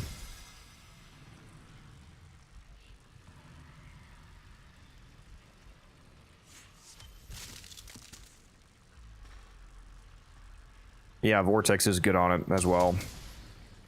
Obviously, in terms of KPM, it's basically impossible to beat Influence. And I do like that melee Influence actually has particularly unique interactions on Yokina, again, due to the electric becoming magnetic on the Frost Blades. But yeah, Vortex is also good on it. Vortex, if you want to see a weapon that's ridiculously cracked with Vortex, use the Nami Solo Incarnate, because the Nami Solo Incarnate has a evolution that allows you to have 1.0 follow-through. Which means that no matter how many enemies you hit, you don't lose any melee damage. Well, a lot of you in chat actually probably don't know the stat even exists. There's a stat called follow through on melees you can see in the arsenal. If you have like 0.9 follow through, for example, it means that every additional enemy you hit with the same swing does 10% less damage than the last. Like, because each individual enemy is now only taking 0.9, as in 90% of the previous hit's damage. So like person 1, 100% damage. Next person 90%, the next person 90% of the previous 90%, and then the next person 90% of the 90%. So it keeps going down by, a 0.9 multiplier. And some weapons have a much worse fall. Like weapons have like 0.6, for example, they rapidly lose damage in crowds of enemies. With the Nami Solo Incarnate, you can get 1.0 follow through. So if you use a Vortex build and you clump up like 20 dudes in front of you, they all take full damage. There's no damage loss. Do keep in mind, though, that there is a very annoying caveat to that. The 1.0 follow-through only applies when you're in melee mode, which is when you hold down a keyboard, at least when you hold down F and you enter the melee-only mode, as opposed to quick melee. You do not benefit from the 1.0 follow-through perk on quick melee. You have to be in the melee-only mode. Really wish they would fix that, because it's a pretty annoying restriction, especially because a lot of people just don't know that, so they think they're benefiting from the perk when they're not.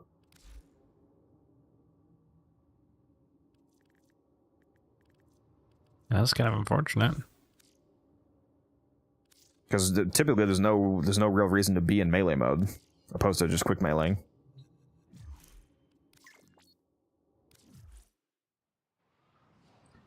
It's 600 pounds off ribbons.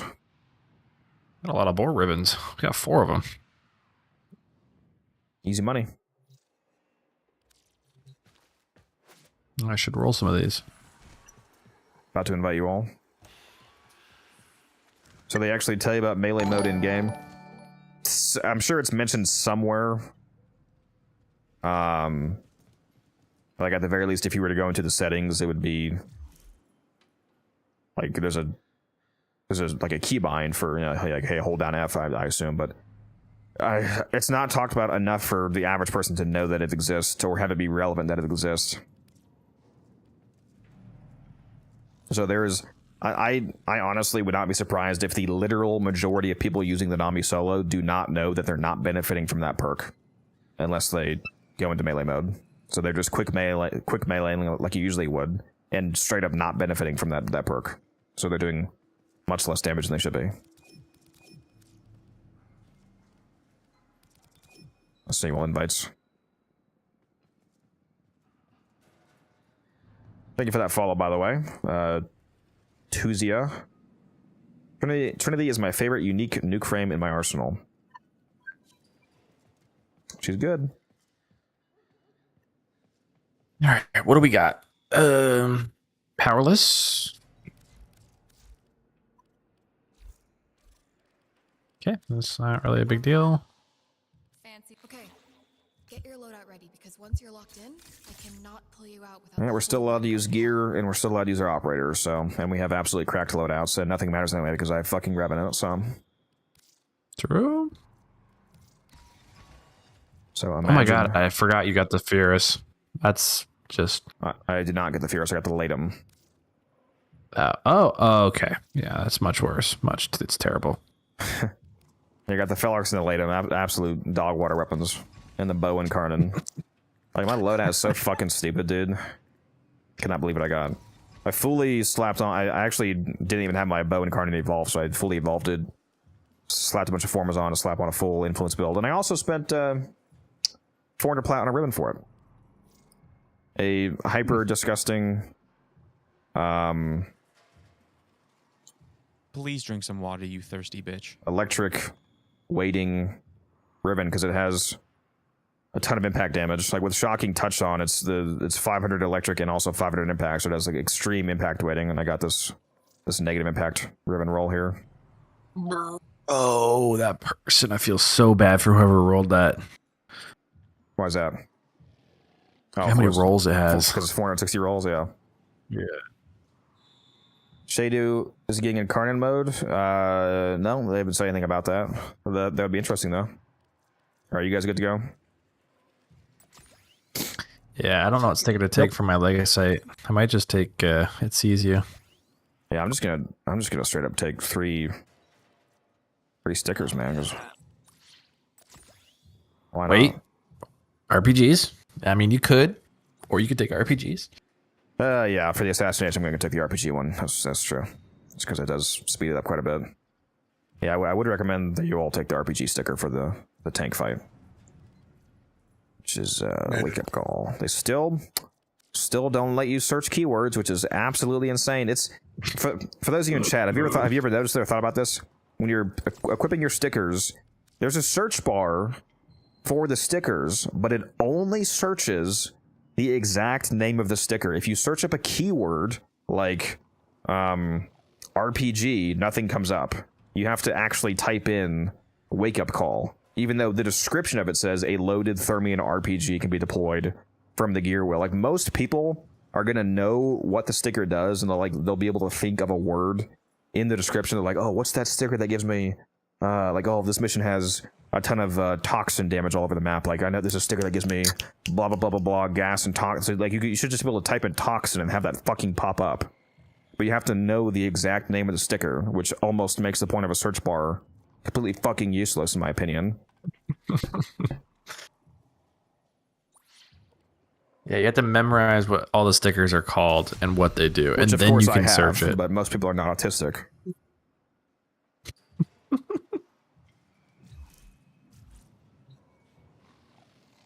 What's up, Foxtrot? I don't know. That play this game? I don't know. We've got a pretty great community. That's true. That's true. Autistic people. My favorite fun weapon is the Serrata. Well, you would be great friends with Wildcat. That's his favorite melee.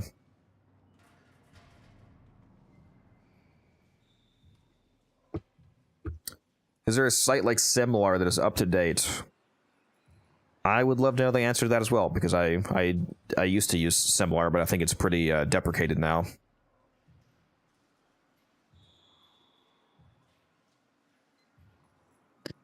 Is that TennoGen sale still going on? I don't know. I need to look at that if it is, to see if I want any of them. Get a chance. I don't know if you knew about that guns, but there was a ton of TennoGen up to half off. Yeah, I saw it. Really, there's only like one or two skins, and I was like, eh. A bunch of the ones that I liked are the ones that have owned since console that I got for platinum. That hasn't been too many new ones that I needed too badly. Are you ready, Pixie? Yeah, 1 second. For some reason, my arcane decided to come off.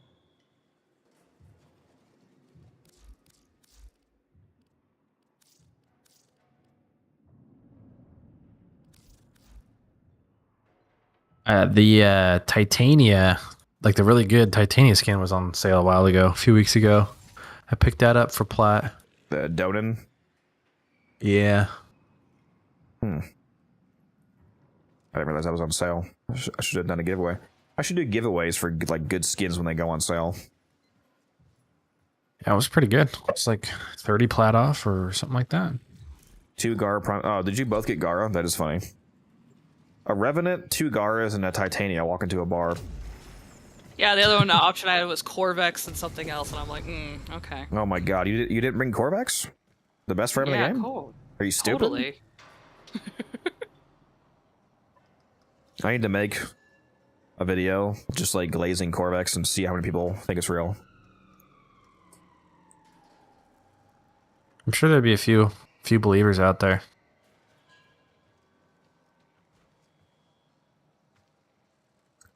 Speaking of Titania, started crafting her Prime today. Can't wait to play her. She's a cracked frame.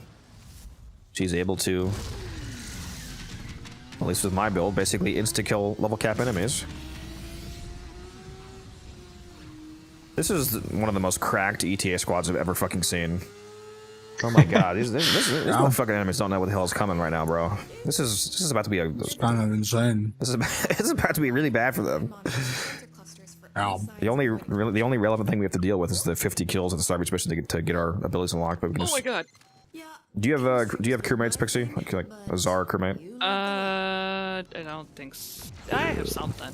Oh my god, why are you so new? You're the worst LR1 I've ever seen. I'm just kidding, I love you. Sorry.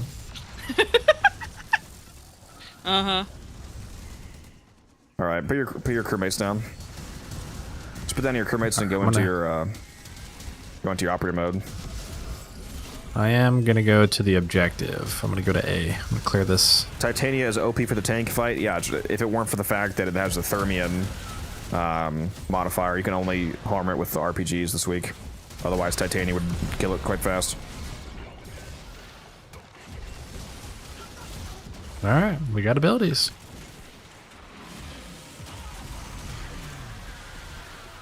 Base.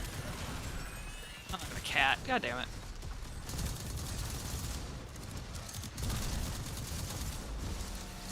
Got my crit latum, my incredibly divisive crit latum build that some people love, some people hate. I got some great comments on that video. Yeah. I made a video with a slightly inflammatory title of "Stop Using Non-Crit Latum," and it was a blast innervate latum build, which I think in a lot of cases is better than the non-crit latum. But it's the OG incarnate, or you can't do it like that. Yeah. Do you know about the blast interaction on the latum? I watched that video, but I don't remember what it is because I don't use the latum ever. Aside from the classic innervate interaction of blast, like modding blast weapon makes innervate stack faster because the initial hits and blast status detonations count as a hit for innervate, so it stacks it more rapidly. There's an additional interaction with blast on the latum where the I forget what the perk is called, but instead of taking the non-crit 2000% damage perk, if you take the one that gives you it says on a non-critical and non-status applying hit, you gain 400% base damage after 3 stacks, so 1200% base damage. But that only triggers and is maintained by landing non-critical, non-status stacks. But my build is decently high status and innervate, so literally up to orange crits. So that seems very anti-synergistic, except for the fact that when blast procs detonate, that detonation hit is not a crit and is not a status hit. So that constantly keeps that stacked, because that counts as a non-crit, non-status hit. Giga genius. Yeah. So you can have a pure crit high status build and still keep that perk fully stacked. Yeah, that's a load of base damage. Yeah. So obviously you don't mod any base damage. You wouldn't put Hornet Strike on it? This fucking guy. Oh, I would put Magnum Force, you idiot.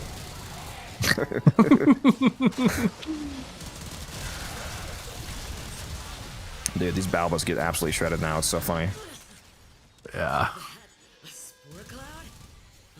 They were honestly some of the most annoying parts of this, like difficult. Yep. They've got to roll this back at some point. Not like a reversion, but some middle ground for these previously attenuated enemies. Yeah. What's your opinion on it? The guns as a more, less intense player. What's your opinion on the absolute 180 they pulled?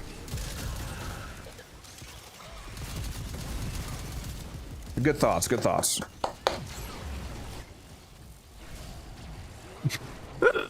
I mean, I don't know. There's no thoughts. I mean, in I this just, brain. I don't know. Yeah, not really. I don't know. Like, I don't know what to say about it. Are you vaguely positive or vaguely negative in regards to the change? I guess maybe leaning towards maybe positive. I don't know. I feel very neutral. I don't know. Rough day at work, huh? I literally, I don't know what to say. Like, I'm sorry. I literally don't know what to say. I don't really know. Why am I not resing you? There we go. I'm sure I went down there at all in the first place. Did you know that infiltrate skills of strength? Yes.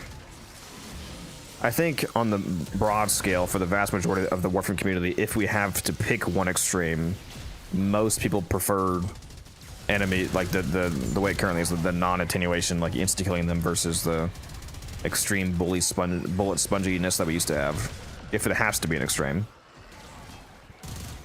I mean, I just feel like a lot of people are gonna prefer this because I see a lot of people just talking about how the game felt too hard before. Yeah.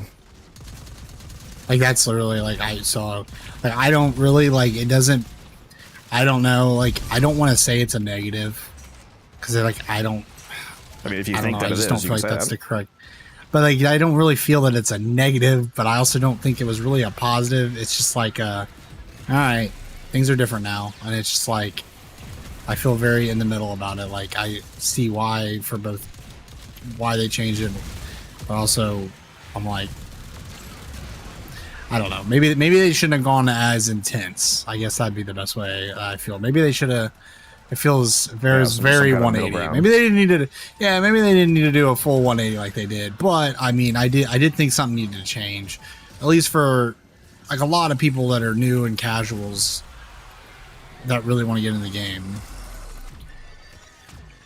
Because honestly, for me personally, I just feel like, in the day and age of gaming, we have so many games to play. Like, I mean, some people like only want to play Warframe, and that's fine. But like for the people who want to play lots of different games, like you don't need, like, with how they are, like the DE is. I mean, I like it because it makes the game not feel like you need to like invest a bajillion hours. I don't know, to like get farther in the game. It's a little quicker to the quote unquote end game. They should have added more. What do you mean? What do you mean, Swanny? What you mean, like more attenuation to make them harder? Oh, that'd be crazy.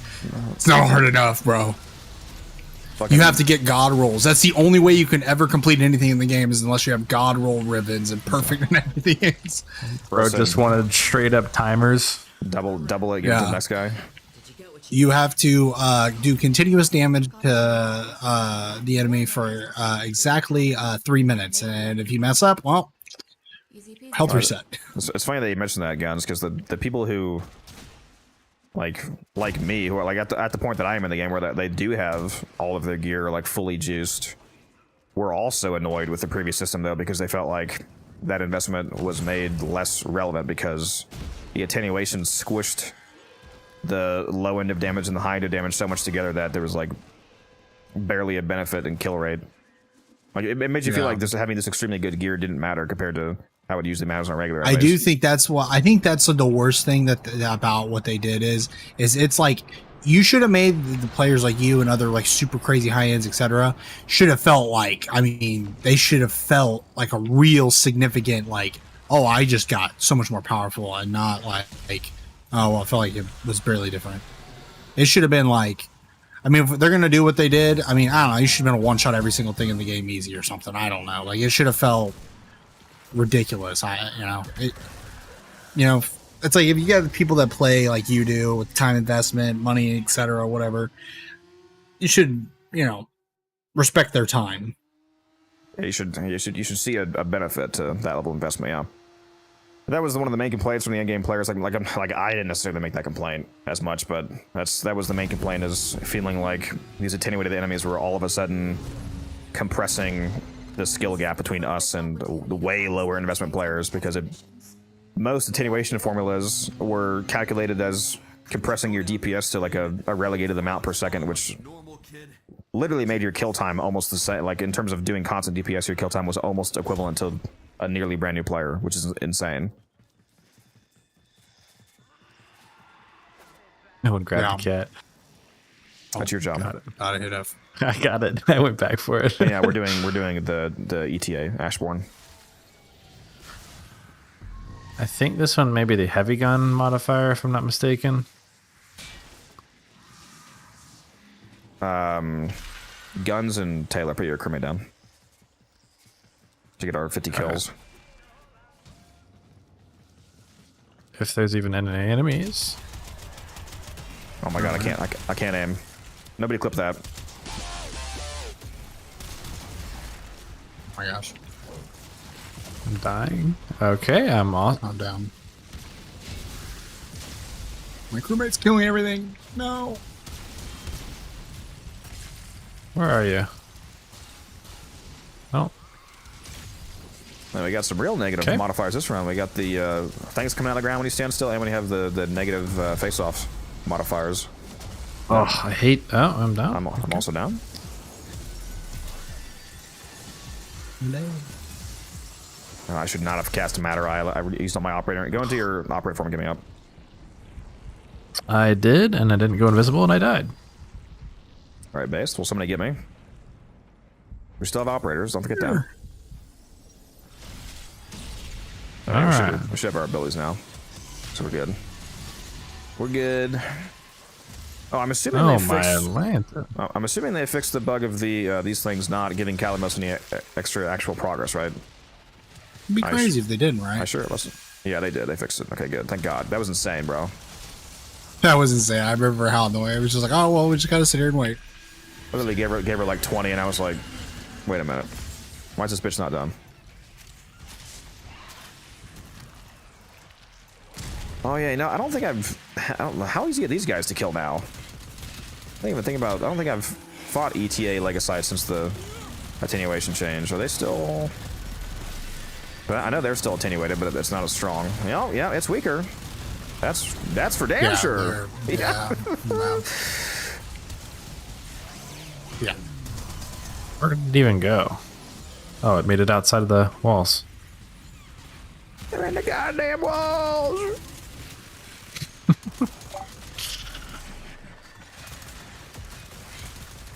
I don't have the proper arcanes on this build. We have 2 Garas here. Can somebody tell me why this guy's able to run away?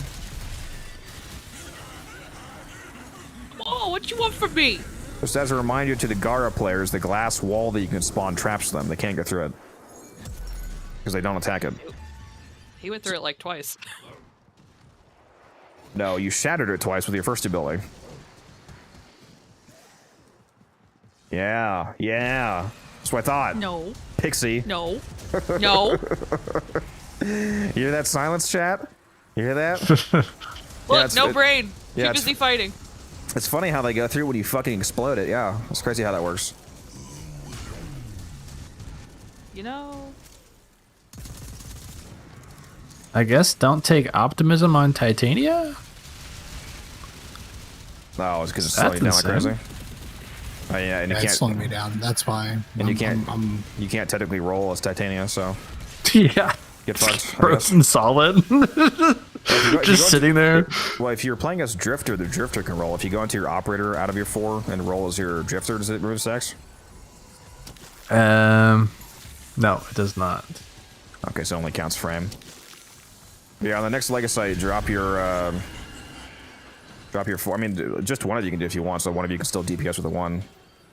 Like Pixie, if you put your wall down, just don't cast a 1 to break it. And it keeps, where's this way? Keeps the Legacy totally trapped. Holy shit. Yeah, it's the fog modifier. Oh, the dashes do remove optimism. So just stupid. What, the teleport dash on Titanium? Yeah. Oh, based. I did not expect that.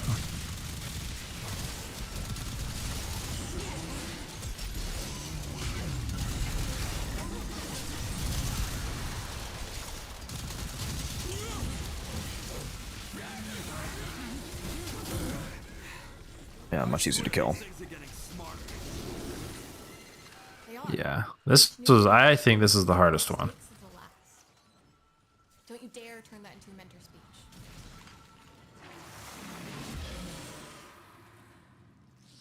Does Titania have art gun slots on her? Well, no, because she doesn't have art guns.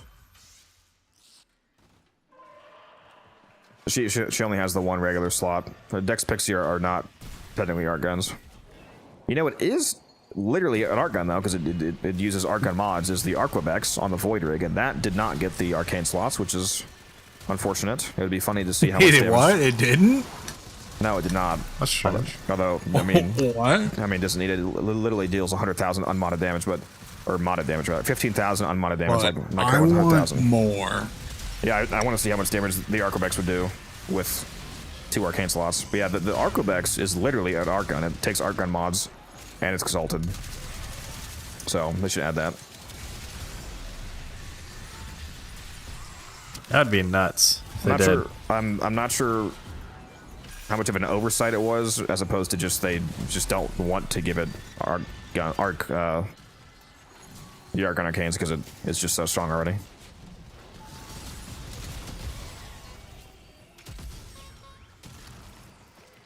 But are they not exalted art guns? By mod definition, no, because you mod them with secondary mods. If they were arc guns, then they would take arc gun mods, which they do not. They take secondary mods. They're secondaries. Which is why secondary outburst affected them, sorry, secondary arcanes affected them, so on and so on.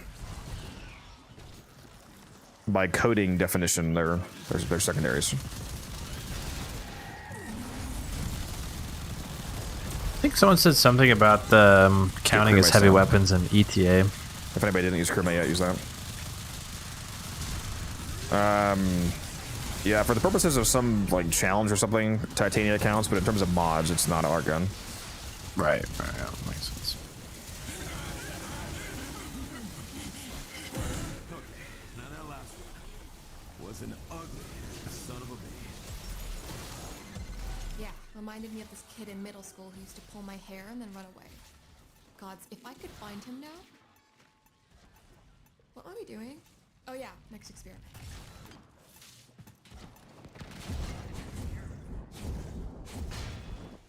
I feel like we're cheating. Yeah, this feels a bit too easy.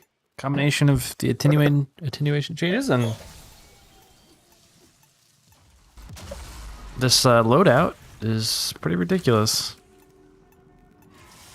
My God, Pixie, put some fucking parkour shards on. I've been working on this frame, so it's not that great. Okay, I'm trying. If only some insanely genius and handsome and brilliant content creator for the game had a Gara build video. I'm just saying, you know. The bigger the target, the wilder my I'm talking about Taylor, of course. He just started the YouTube channel. We need to find the biggest target. Oh yeah, you want my builds for sure. They're the best. They're probably better than some people's. All right, do not throw your crewmates down. Has anybody already thrown down a crewmate? Nope. No. Okay, yeah, because we want to save that for. I guess it's not as important because it's RPG only, but I'm gonna throw down my crewmate to help us get the kills, but you guys keep yours for the second phase of the tank fight. Use your RPG stickers. We should be able to make it through here. Yeah, if we all have it on, we can do it immediately.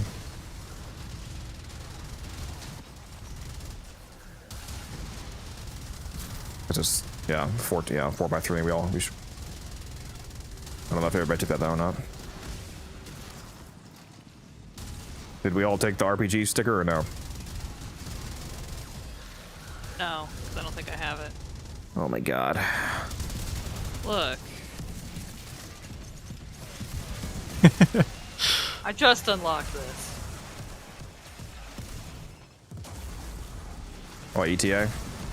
Yeah. The other one was easier. It is until you do the calendar. Got abilities now.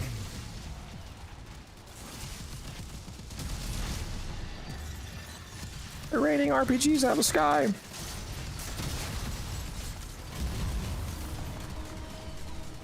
Why the hell is my cat all the way over here?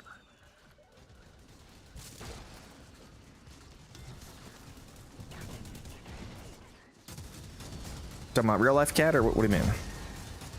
No, I'm allergic to real life cats. I knew you were weak. I have a bunny. Okay? Leave me alone.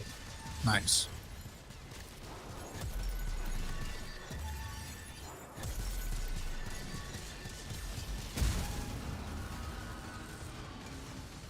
Oh, I found the key for that. Materai is the only school I run like 99% of the time, Onyx.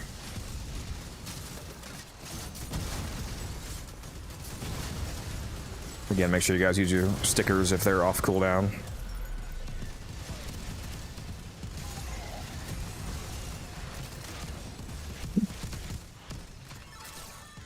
There should be like a sound effect that goes off in game when your sticker goes off cooldown. Yeah, that would be a good idea.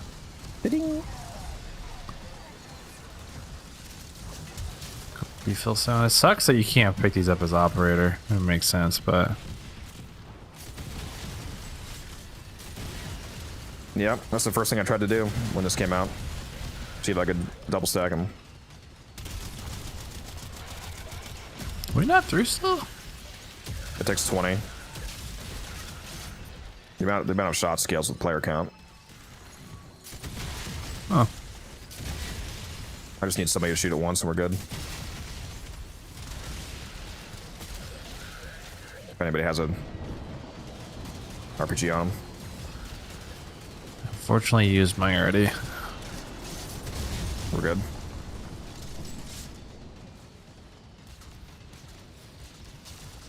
That is worth a forum post sticker audio cue. Yeah. Would be convenient. Maybe like guitar riff would be kind of cool.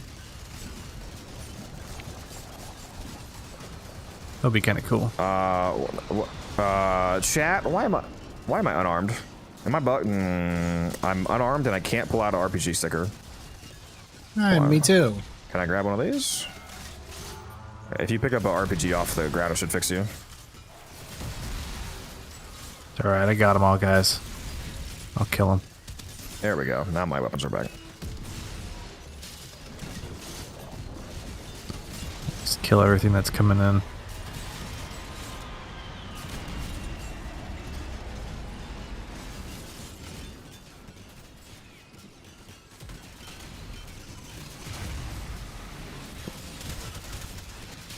Shoot their balloons, get them flying down faster.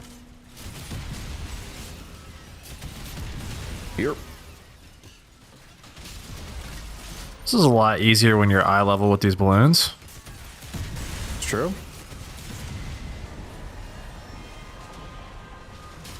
You would have instantly killed this thing if it weren't for the RPG modifier.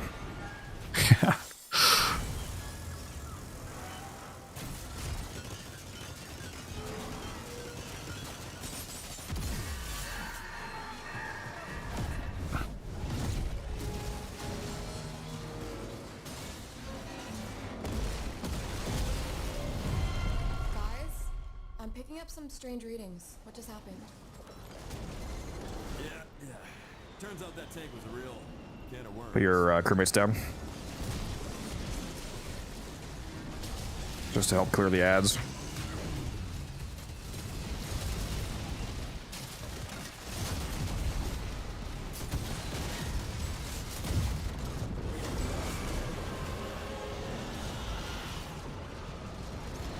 That clip that I found and sent you was funny guns. I forgot about that. But fruity ads, Tenno. Dude, I was like, bro, I forgot about that. It was literally so long ago. I was gonna watch those.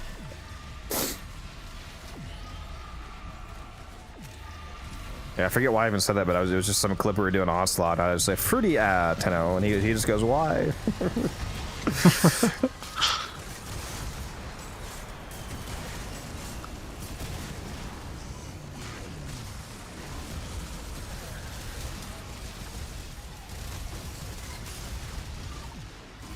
Oh my gosh, the Dedicants just like disappear. Yep, I sure do.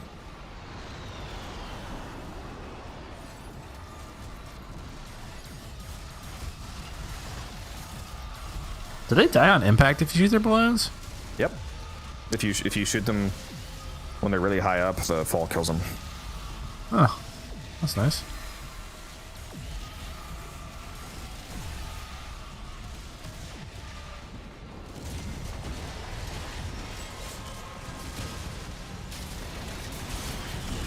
Light work. That's insane. I lost an arcane this week because the tank died up the hill beyond where you can jump. Oh, that's horrible. That's rough, bud. That's unfortunate. I still think they should allow the arcane drops here from the tank and from the exterminate cache to be the legendary ones. Hot shot, whatnot. Yeah, if they did that, then it for sure would kill the market then. Well, only during ETA and only like. No. Don't make it far. Like only the first time you do it the week. Like you can just keep rerunning it. One droppable. Yeah, well, yeah, that makes sense. Yeah. Not from the regular tank and the regular cache. Like when you have an exterminate mission spawn in ETA or the assassination, make the cache from the ETA versions of those exterminates and make the tank, the ETA version of the tank drop. Like have a chance to drop the legendaries. That's an additional way to get them.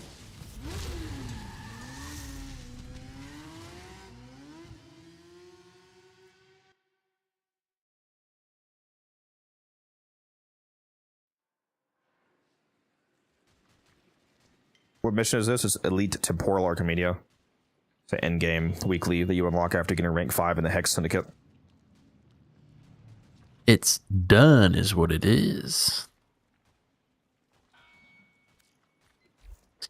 Yep. I think my stickers are almost done.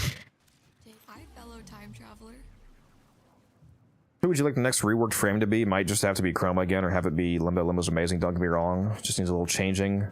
And his own stats effect from his own realm.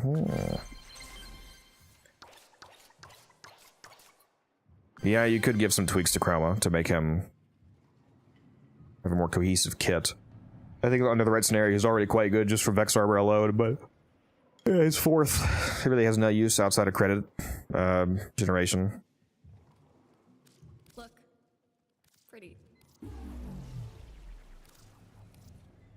Alright, onward to EDA, where I can spam the Tsar on site. Have fun. I gotta give you that. Oh, the easy one. I just wish they had an option that, like, if you just like if you get like a loadout that's just ridiculous, you can just like click skip weekly. It's like, oh, it's just be more efficient just to skip it. It's like one of those mobile games. It's like, we detected your gear is too high level, so you can skip past this. That'd be funny.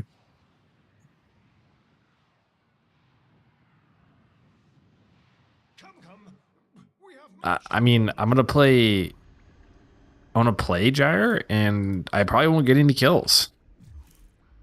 Is it just the same as Whispers in the Wall? It's the same kind of system, yeah, where it's 3 of the location-specific mission types with negative modifiers and randomized loadouts that you have to take to get your max rewards.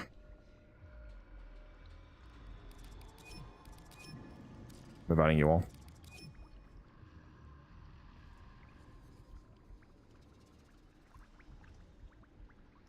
I was playing with a guy in Calabria on Cascade who started dying at level 3000. Any tips I could relay to him on how to build it better for that mission?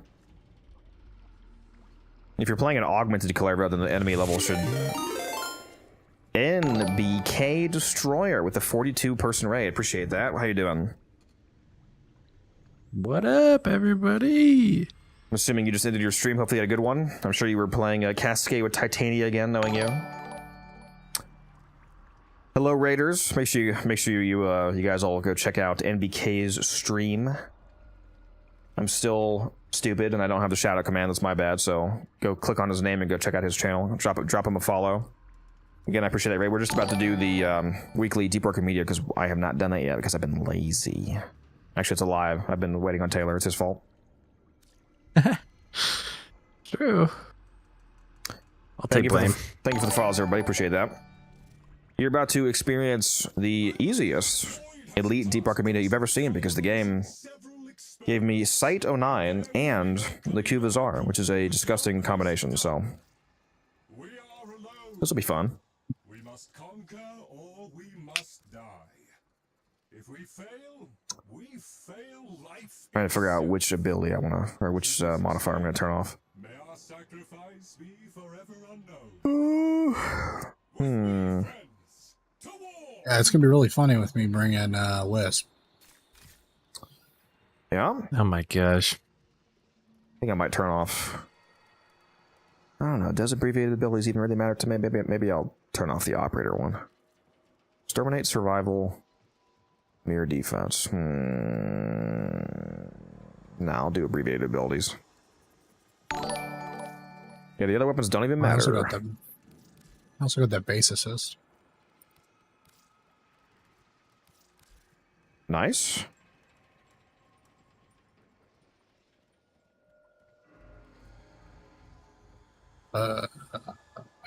Sorry, Rod. Yeah, yeah, use the augment on Clara. I forget the name. The Overguard augment that makes his daggers turn into like a permanent ability, like a duration ability instead of just going out once. If you have that on, then the enemy level doesn't matter due to how Overguard gating works. Yeah, volatile recompense. Every time that you gain any amount of Overguard, when they break your Overguard, whether you had 1 Overguard or 100,000, you have a 0.5 second Overguard gate. So as long as you're constantly generating Overguard, you have basically an infinite Overguard gate. So at that point, the main way to make sure that they don't get through that, because there's still a brief period between like the daggers going out and you actually getting the Overguard, so there can be times where they catch you. Especially if you have low enough range. The mistake that a lot of people make on their Calabro builds is not having enough range. Because your range stat determines how far the daggers can travel to actually hit an enemy to generate that Overguard. So make sure that you're running at least 145 range, if not like 175 or 190 from overextended. So maybe range is his issue. And if he's not using the augment, again, he needs to use the augment because it's not using it is insane because it fully automates your Overguard generation. Remember, our aim is to safeguard Mission's up when you guys are ready. Alright. Didn't know range affected that? Yeah, range is the dagger travel distance. So if you were rocking like a narrow-minded build, for example, to have a bunch of duration but negative range, and you had no mod to compensate that, then your daggers would like never hit anybody unless you were right on top of them.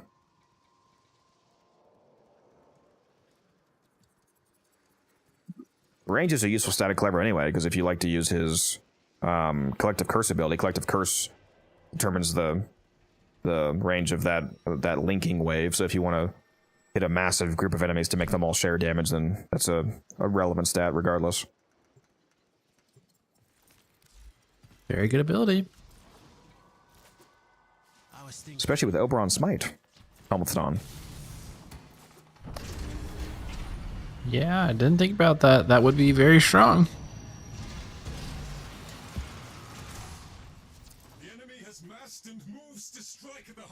Yeah, Arcane Trunculence is very good on Calero specifically, yes. Basically constant viral stacks.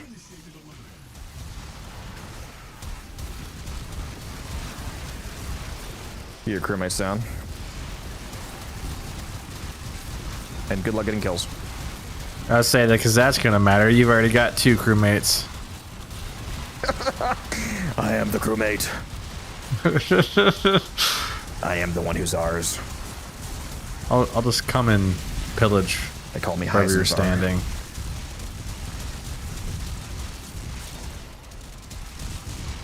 I sure hope the people watching on stream enjoy seeing just 4 green pixels, basically.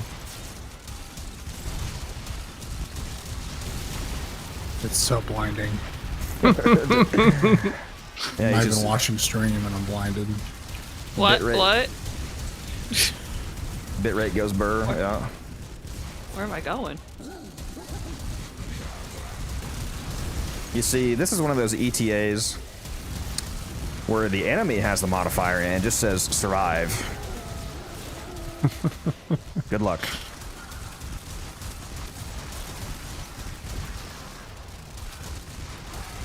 Oh, we've got Oberon too. That's so funny.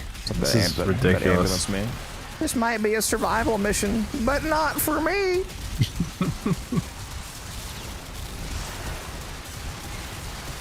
I think there's vaguely a direction I'm supposed to go. I can't tell. Towards the red dots. Yeah, exactly. I can't see. I just go towards them. Any of you know the Dark Tower books from the movie? I do not shoot with my czar. I shoot with my heart. That movie good. I heard people say it was bad. I know the books are good, but... Let me grab this. Went back to grab that arcane, so I'll give you guys a chance to actually get 2 or 3 kills.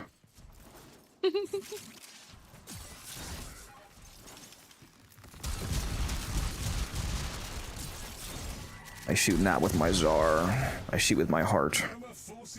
The murmur have forgotten the face of their father. I forgot my operator's blocked. Well, I'll be there in about 5 minutes. Yep. And no Praetos, so sad. Yep. Ortis, play Despacito. Oh, it's right here. Never mind. We're good. I need you kids to get off my lawn. I thought... Thank you, I thought... Thank you, MBK, by the way. Enjoy your pizza. You should send pictures of the pizza in the foodie chat so I can judge how good it looks. Yeah, is this a local pizza or is this a Pizza Hut pizza? Yeah, Pizza Hut can be good. Pizza Hut can be good. Yeah. You gotta get the right pizza. You can't just get, like, their basic stuff. Also, I'm a big fan of Papa John's now. I had that last night, actually, because I haven't had pizza in, like, months, and I was like, that sounds so good. Gotta get the right kind, though. Goodbye, Xmas. I'm just gonna stand here. Oh yeah, there's a fucking wisp here too. Oh my god, give me the speed mount. Oh my god. Guys, look at the stream. Oh my Jesus Christ. Pull my stream up. This is... Dude, I actually can't see my screen shaking so much.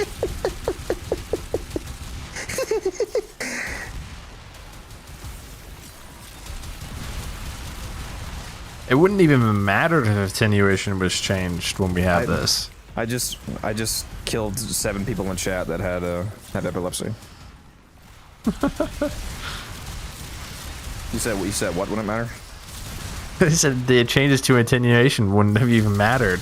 yeah, for real. Oh fuck. This stream is not epilepsy friendly. No, it's not. Yeah. Please do not watch this game if you have epilepsy. Yeah, this game is not epilepsy friendly. That's for real. What's I mean, you can turn all the settings down. I mean, it kind of is, but even then.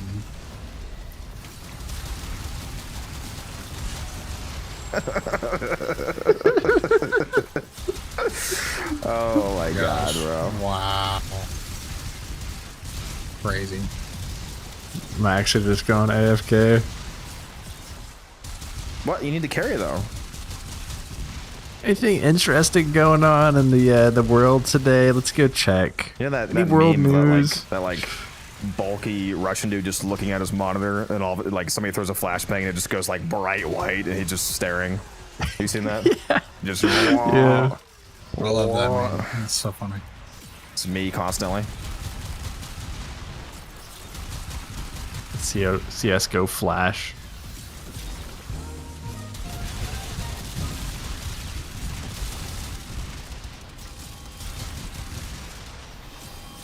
How do you have so much ammo? Yeah, the Sight's second ability gives you a, instant reload elemental magazine.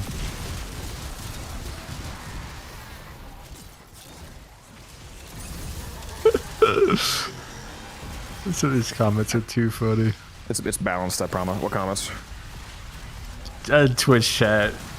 Neighbors thinking I'm having a rave at 6:40 a.m.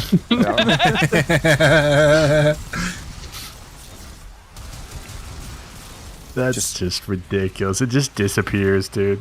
Just killed the epileptic kid next door. My windows aren't even open. Oh my Jesus! What? I just turned the corner and just green. Yeah, where are you, Pixie? Come here. He will blind you. Oh my god! Help!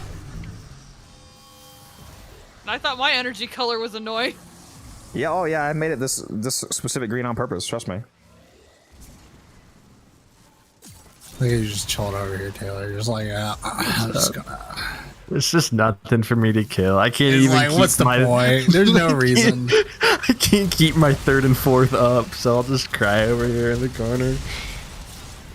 I mean, I got energy one. How to make pets strong? Like a certain companion or what? Oh. Yeah, do you guys want to kill this necromech without me? Can we? Yes. What? What do you mean, can we? Yeah, get out of here, Codex. You know, we now wait till we prove a point. I believe in you. You got this. We'll get there. Hold on. Yeah, this is the Cubazar. What happened while I was away from ads this?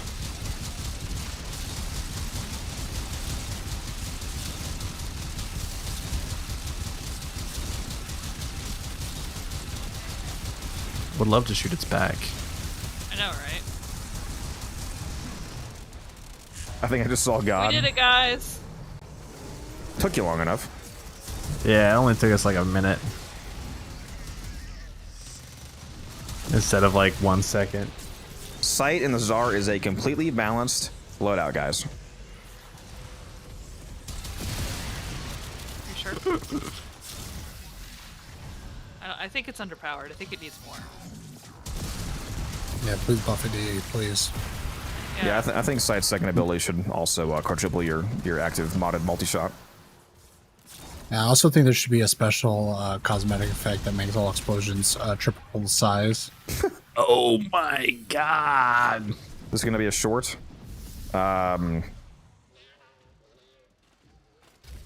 It would be funny. Needs the infinite ammo from the relics. Yeah, the infinite ammo and fire rate buff.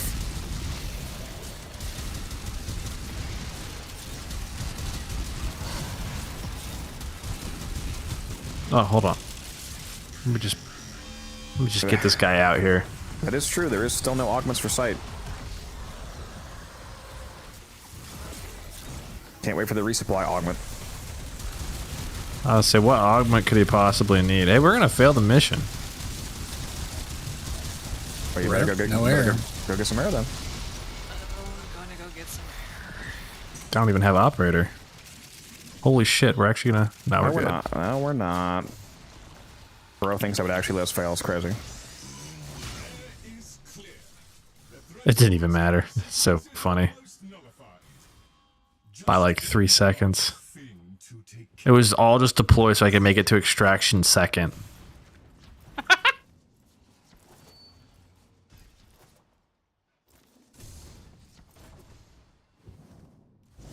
Light work. I'll be last because I'm old. You guys make the game look so easy. Just unlock Steel Path. I was not ready for this. Yep. A lot of hours into this game. Oh, my back. What frames give the best buffs for Steel Path? I got a 75% off and I already got plenty. You play on console? Is that what you mean? Like a 75% market discount? Or is it a 75% plat discount? I wouldn't recommend buying regular Warframes off the market for the most part, especially because so many of them have primes available. Oh, it's a plat discount? Oh, well, nice. If you have the money, then I would recommend getting the $200 plat pack for $50. 4,300 plat for $50, pretty good deal. Set you up for a long time, especially if you're a new player. That is a steal. haven't had one of those in like a year. So you're talking about buying from players then, because yeah, that's good, because then you can buy prime frames from trading.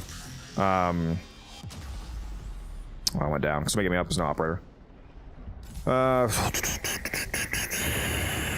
What's a good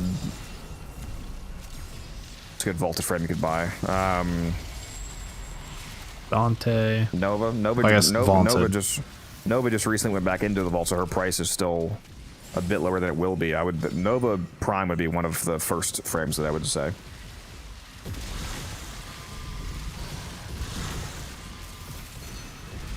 Get her before her price goes all the way back up, and she's easily one of the best frames in the game.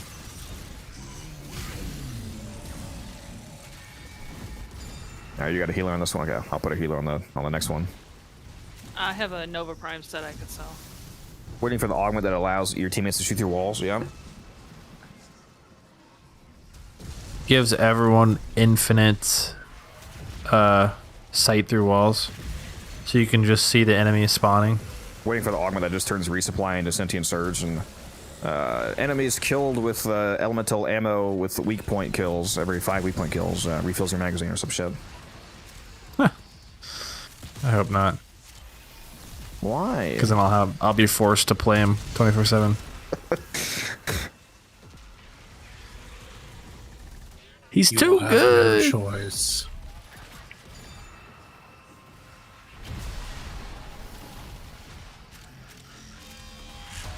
Yeah, there we go.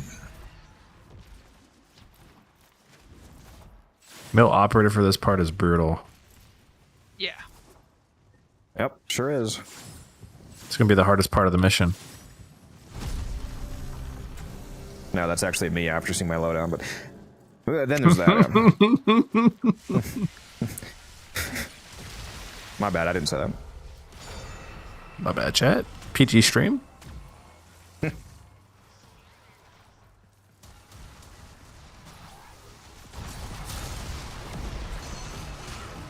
Did I tell him to stand still? No, I did not. Okay.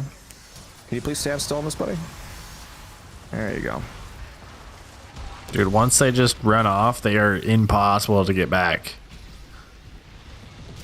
They just totally have a mind of their own. Yeah, that's true. Necros, Titania, yeah, very good choices. But yeah, Nova Prime just comes to the top of my head in terms of like a absolutely fantastic all-rounder, like any mission basically frame.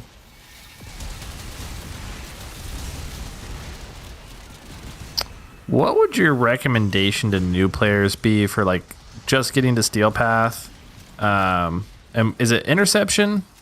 That's the points, the 4 points. Yeah. The best frame for that to solo interception. I mean, you could still say Nova because it's slow Nova. The real answer is to not solo it. But please drink some water, you thirsty bitch. Slow Nova helps that. What do you think the best is? You think Slow Nova? Is a good one, especially if you pair that with like you can put a crewmate down and tell it to like if you have a crewmate, you can put a crewmate down at one point, tell it to stay there. You can put a Spectre on another one, tell it to stay there, and you can run around. I ended up using Korra, and I would double dome and just not kill enemies. This is my first. Yeah, that is true. You can also do the no-kill method with like Ivara is good at that actually with her noise arrow. Clump up all because there's a max enemy cap on the mission. So if you let the max enemy spawn count occur and then group them all up like with Ivara's noise arrow, then you can keep sleep arrowing the group over and over again until the round's over. That's a good one. There's a guy who did a level cap solo interception with that. Level cap solo arbitration interception. Oh my god. He had to deal with the drones too. I mean, it was pretty impressive. That's got to be like. I just had the first person message me wanting to buy a spontaneous singularity for 50 plat, the Simulor augment from last night wave that I bought a bunch of to sell. Oh yeah. What were you saying? That's got to be what? For the interception guy, you were saying something. Oh, it's got to be like an 8-hour mission or something like that to level cap. Yeah, it takes a while. I think it's probably faster than, it might be faster than that because I think it's faster than survivals because it's round based, but it's still not quick. Got Nova for 65 plat. Yeah, that's not bad. Revenant, if you want to easy mode, that is true. If you want a literally immortal frame, yeah, get Revenant Prime. If you need just an absolute cheese mode frame. You can reach the level cap in Cascade without killing any Thrax. I tried it and it was great and easy. I feel like you're lying. Definitely wasn't great, because you don't get any arcanes if you don't kill Thrax. Well, it's Snaremount arcanes, you get the Steel Path arcanes, obviously.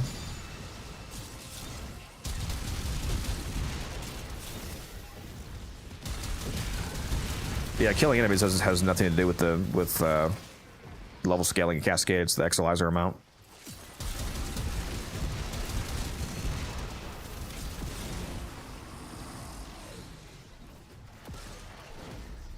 Already have Revenant and Wukong. Very nice. I like Wukong for speedrunning spy missions and rescue missions with his Cloudwalker. Buy weapon slots. He'll never have enough. That's true. Weapon slot, Warframe slots, painting slots.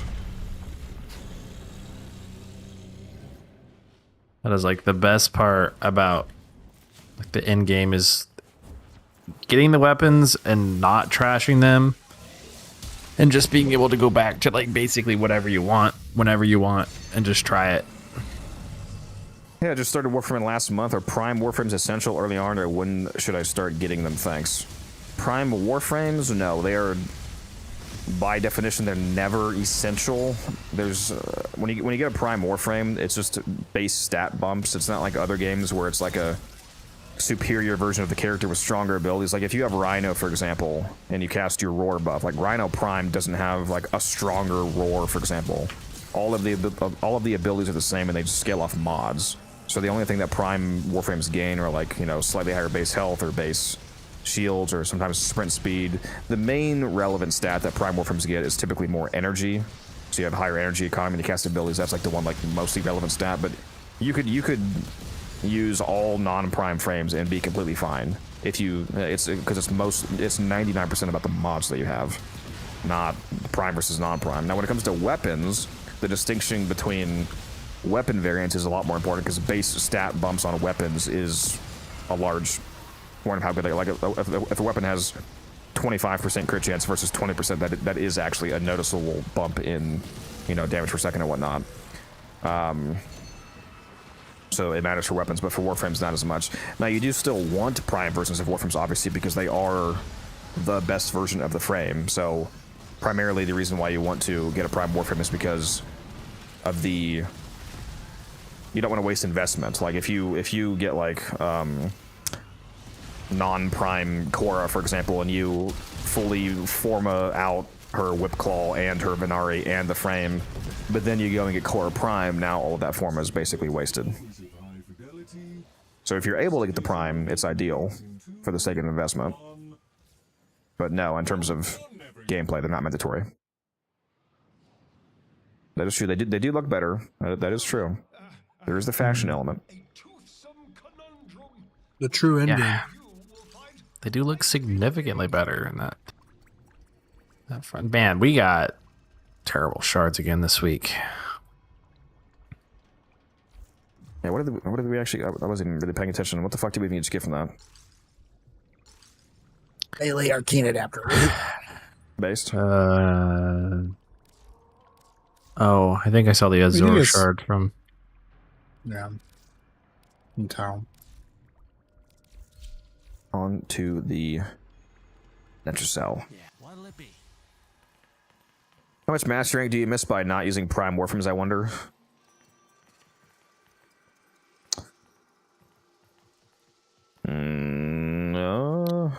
Like 56 times 6? How much is it for? Is it 6,000 for? About 300,000. There's what, like 63-ish? 62, 63 frames of the game. I think there's like 14 that aren't primed. So subtract that, then multiply the rest that are primed by 6,000, and then add an additional 6,000 to account for the fact that Korra Prime has the Venari Prime, and that counts as a 6,000 mastery companion that results in about 300,000 mastery from not getting any prime warframes. No problem. Quick math. Yeah, so about 300k, give or take.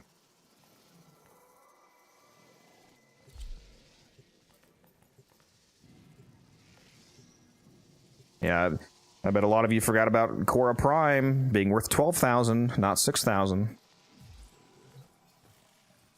Well, how come? Venari. Yeah, Korra is the highest mastery frame in the game because the companion that Korra has, Venari, counts as an actual companion and gives 6,000 mastery. So the frame gives 6,000 and Venari gives 6,000. So Korra and Korra Prime both give 12,000 mastery.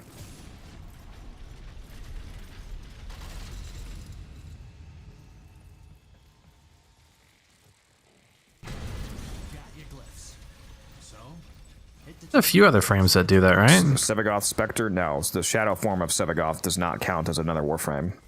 Sevagoth is only 6,000 mastery. Yeah, that's considered an exalted, I think. Yeah, no, that does not count. I'm going the wrong way. Is there really none others? I felt like there was a couple more that had no, only Korra. Some mastery tied to it, huh? Imagine if the three constantly active like demons from Uriel are all 6,000 masteries, like in a 24,000 mastery warframe. Oh my gosh, dude, that'd be crazy. Yeah, a new player just gets like a fucking whole mastery rank from getting Uriel. That's crazy.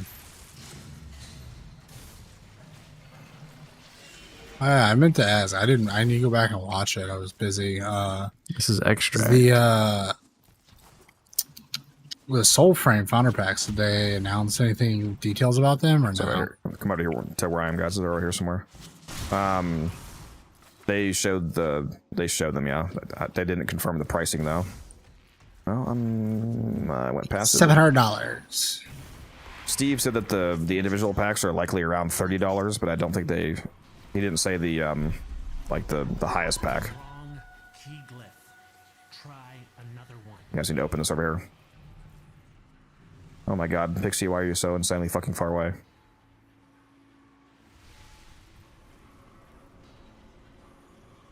And not able to talk, apparently.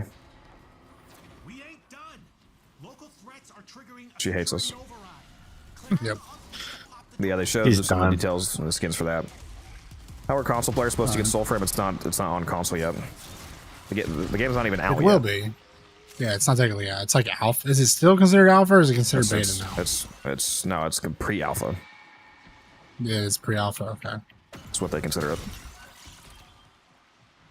I mean, the game isn't like even have like a full structured story yet, so.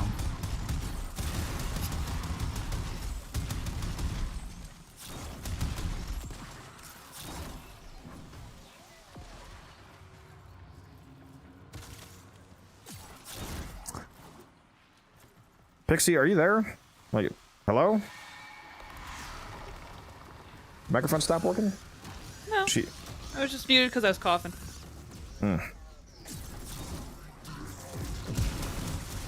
was also asking because you were not in the circle still, trolling us. Can you get the Founders Pack on console? No. I mean, but you can... There's no reason not to buy the Founders Pack, though.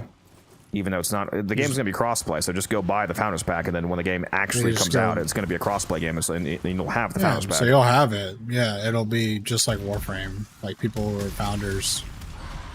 Like, so, yeah, even just bought it on PC, and then... Like, in terms of playing the game, right now it's only on PC, but it is going to be on a console, and it is going to be crossplay. Yeah. So even though right now you can't play it, you could still go make a Soulframe account and buy the Founders Pack, and then when you can play it on console, you'll have the Founders Pack. Like, it might suck being like, well, I bought this thing and I can't use it for a while, but I mean, at least you'll have it. Where is this motherfucker, dude? There we go.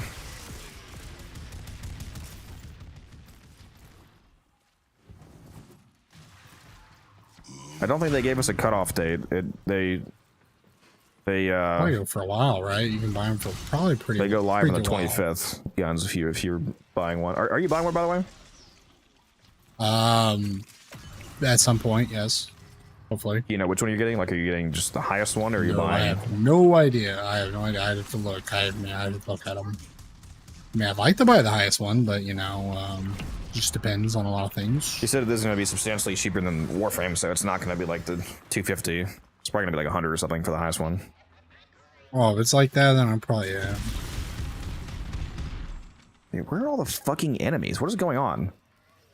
You're not saying Pixie, you're not casting like slow Nova, I assume, right? That because that would be clinically fucking insane. So I just want to make sure. No, I'm not. Okay. I was gonna say I will literally never play with you again if you're using slow Nova on an nature cell. Like, just wanted to check. Nether cells are bugged with enemy spawns again. Oh, base. Classic. Oh, yay! Yeah, because there's like We no love fucking enemies, Warframe dude. bugs. And I couldn't even get up there. Okay. I'm playing a site, baby. Yeah, I feel like there's no reason to even bother. You're just at site. You're just gonna get it before I can even physically get over there. So. I don't know, sometimes there's some hard ones. You can't figure out where they are, and you're shooting all over. Yeah.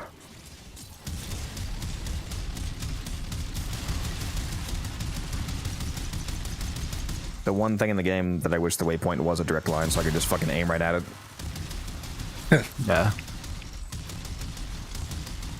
Dude, this is cancer. Where are the fucking enemies? I think they're literally not spawning. So. Don't worry, guys. I got it. I just insta-killed a Grusling through the wall, and I dropped a fucking arcane 2 meters away. Awesome. Bro, what?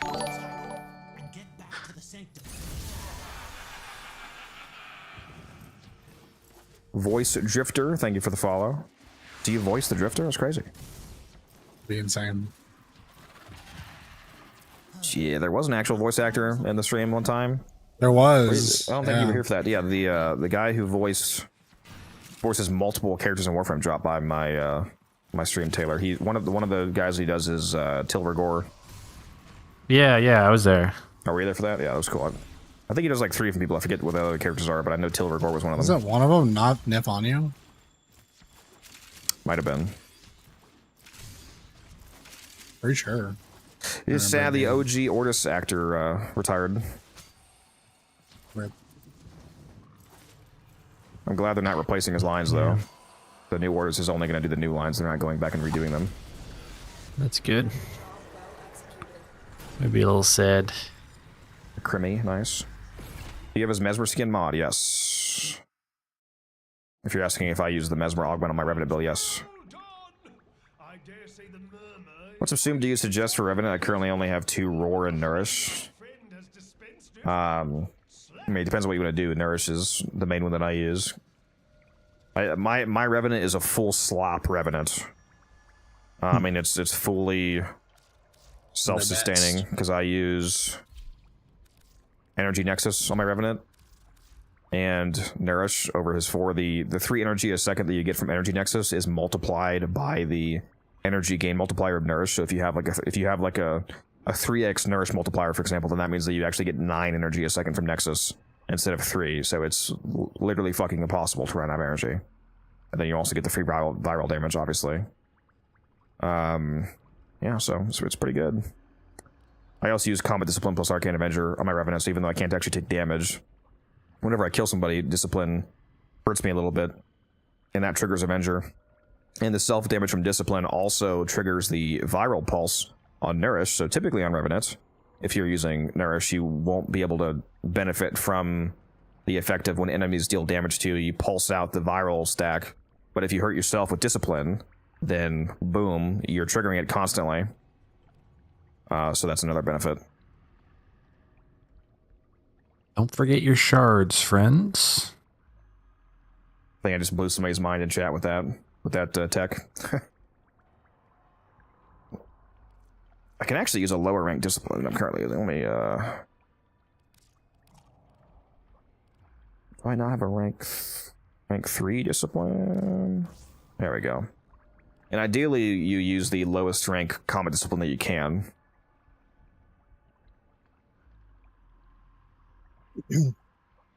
What are my shards? Right now, it is 2 strength shards, 2 parkour shards, and 1 corrosive shard.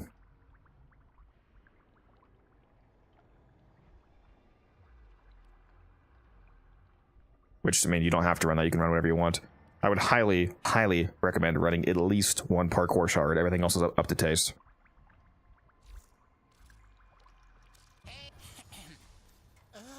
Let's see if I can even afford this. I cannot. I'm broke. Lloyd, can you take some of my vodka, please? Thank you. Appreciate you. Help me help you. What do you think? Man, I haven't seen the Tau Forged Opalescent shards in a while. I need more of those. You need more of those? Yeah, I love the plus 25% ability range they give. I'll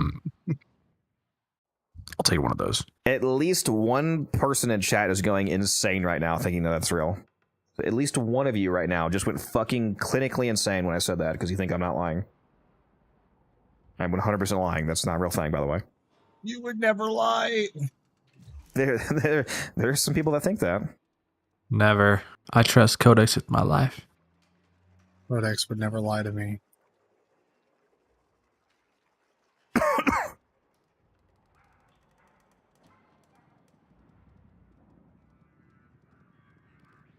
I totally forgot about this Singularity guy from after the ETA. I was supposed to go trade him. Thankfully, he still wants it, so... Based? He's probably like, oh, Nice. finally. Oh my god, unironically making plat is so easy if you're just patient. Like, literally just buy shit and hold on to it, bro. I keep saying this. I do not understand why more people don't just buy... I'm dying. The Nightwave mods and flip them. Because once the Nightwave goes away, they inevitably go up in price. Like, I bought this mod for 5 plat, and I'm now selling it for 50 plat. That is a 10x return.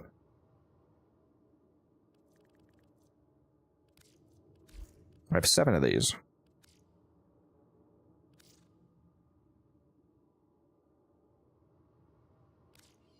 That was a pretty good investment, especially if they continue to go up. Yep, I also have the pain points augment, which is the Athadai one. I think I might have more of those. How many of those do I have? A lot more. I have 16 of those to sell. So if I also sell those for at least 50, you know, that's a fat chunk of plat that you get for doing nothing, basically.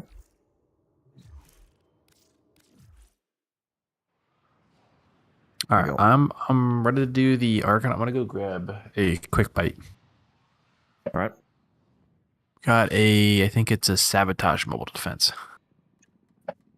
What's spontaneous singularity do? Is that for a frame? No, spontaneous singularity is a augment from the previous Nightwave for the Simulor. Every Nightwave, if any of you are newer players in the chat and you don't know this, there's a system called Nightwave. You should. Oh, actually, speaking of which, I need to make sure I do my daily challenges. Oh shit, this one only has 16 hours left. I need to do that. It's gonna expire. I can't miss that because I need to do all those dailies to unlock rank 25 as fast as possible. Anyway, there's a battle pass-ish type system, except it's completely free, called Nightwave. Make sure that you do this. If you hit your escape menu, go to the bottom right here, you can see this. It's a bunch of really easy weekly and daily challenges to do. A lot of them you complete passively just by playing the game without even thinking about it. Like this one says kill 30 Xmas, for example. That one you'll just do naturally. And it has 30 ranks of rewards here. There's always 2 augment mods each Nightwave for weapons. Like this one, for this Nightwave, we have Dreadful Kill Shot for the Basma, which gives it a bunch of extra damage and status chance. And we have this one that I'm really looking forward to for the Hema, the Necrophagic... yeah, for the Hema, the Necrophagic Vigor. It says reloading drains up to half your health based on ammo created. And then gives you a bunch of crit chance to crit damage. This one's pretty fun. So if you buy these and hold on to them until the Nightwave rolls over to the new one, you can literally only get 1 copy of these from the Nightwave. So if you buy these up from other players for platinum, for like 5-10 plat during the current Nightwave when they're cheap, for people that don't care about them, and then hold on to them, then you can sell them once the price goes up due to scarcity. Because you can't farm these. I'm back, by the way. Bye. Or hello, I mean. Okay, see ya. And in terms of what spontaneous singularity does, it's this right here. Orbs that strike targets will explode immediately with a 90% bonus damage and 18% chance of singularity that pulls in more targets. Orbs do not bounce or combine, because typically they combine on the Simular.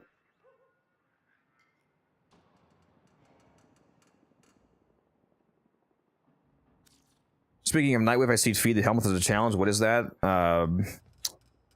You'll unlock Helmuth from Deimos, I believe. You need to get the Helmuth second from Deimos. It unlocks this creature right here. Well, this is the 1999 version of Helmuth. If you're on your orbiter, it'll look a little bit different. But this beautiful creature right here that gives you lots of different mechanics once you unlock all of the Helmuth features. The main feature of Helmuth, the initial feature, is that you can feed your non-prime Warframes to Helmuth, and you can absorb one of their abilities, and then you can give that ability to other Warframes. So, for example, if you subsume Rhino, you get Roar, and you're able to put Roar on any other Warframe in the game. Well, with some restrictions. So basically, you can mix and match abilities. You can only do this. You can only do this once per frame, though. To be clear, like you can't just make like a totally custom frame. That would be insane. You also access the Archon shard system, which is this. This is basically like a secondary modding screen for your frames. So you can put up to 5 of these shards in a frame. Like you can see, this shard right here gives me 15% ability strength. I have 2 of these on, so I'm getting 30% strength without even using a mod slot. If I were to put 5 of these on, you could get 75% strength. And again, this is, you know, outside of the modding system. And you also can get the Invigoration system from Helmuth, which is 3 random Warframes each week will receive 2 random buffs. This week, for example, one of the frames that I got is Guns' favorite frame, Dante. You can see I got, if I were to invigorate my Dante right now, I would give him 250% primary damage and immunity to stats effects, and that lasts for 7 days. So that's all the stuff that Helmuth gives you.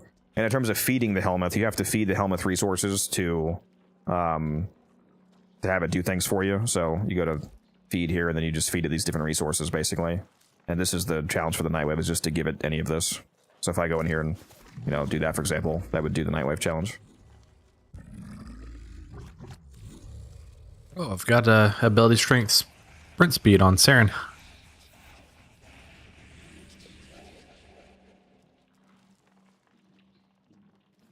ESO has something like that too. The champion system, you mean? The constellation system? Yeah. Status immediately on Dante, LMAO. That's true. That is true. You do, because you do have Overguard, though it's not the most useful.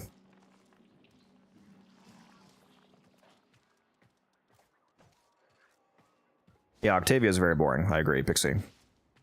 Sorry, what'd you say, Taylor? I don't remember, but let's play this mission. What if I don't feel like it? Pixie, you said you already did the Archon, right? Did my Archon already. Yeah, so yeah, so she doesn't need to do that. Alrighty.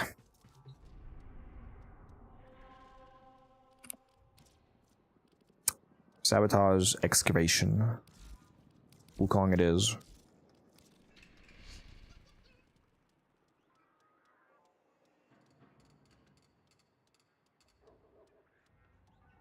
Is Gara good for level cap? If the actual question you're asking me is can she do level cap, the answer is yes, because the answer is yes for every Warframe, depending on your skill level. In terms of how good she actually is at level cap, she is more competent than a lot of frames, yeah. In terms of survivability, she would survive pretty easily at level cap with a basic shield gating build. Just, you know, spamming her one ability, because if you're playing Gara, most of the time I assume you're probably going to be spamming her one pretty frequently, and if that's the case, you can easily keep your shields constantly regenerating. So if you go to like a catalyzing shield setup, for example, you'll just have a constant shield gate. And in terms of damage, the main damage scaling that she would have that would go to level cap would not be her first ability, it would be her glass shards that she stack. Every time that when you have the Splinter Storm DR active on yourself, if you cast your 4th ability wall and then you shatter it, some of the damage from the wall being shattered gets absorbed into your shards, and that has no cap.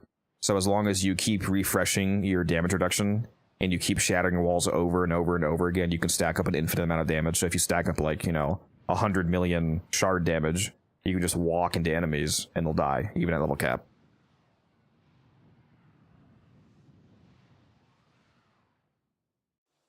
Sorry, Guns. I started it.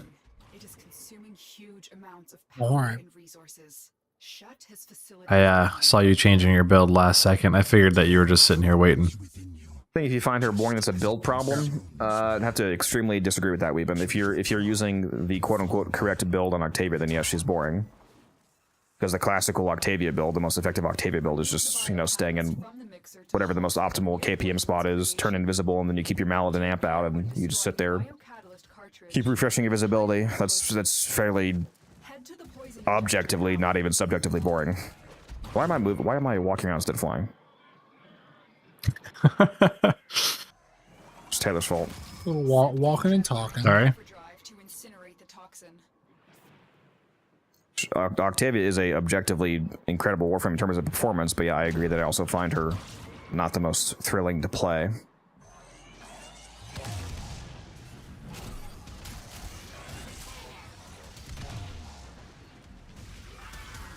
Oh, this guy thinks his Wukong's better than mine?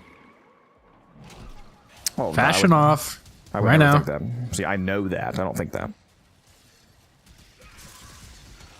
Oh, yeah, that's pretty bland, you two. Pretty not unique. Bro, what is this? What is this? You just learned what the color blue is? What is this? It's the ephemera. It's not the color palette. It's actually kind of throwing off my fashion. Bro thinks that he can beat my regal ass Wukong, bro. It's crazy. It should go away. Actually, I don't know why it's on, because in the arsenal it doesn't show like this. Look at that after image effect of my Wukong, because I got the Protea ephemera on. Yeah, it's pretty good.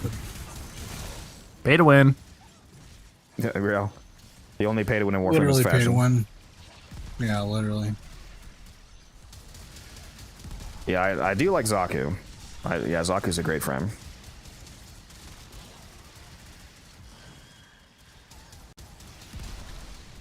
Objective achieved. Well done. Objective achieved. Well done.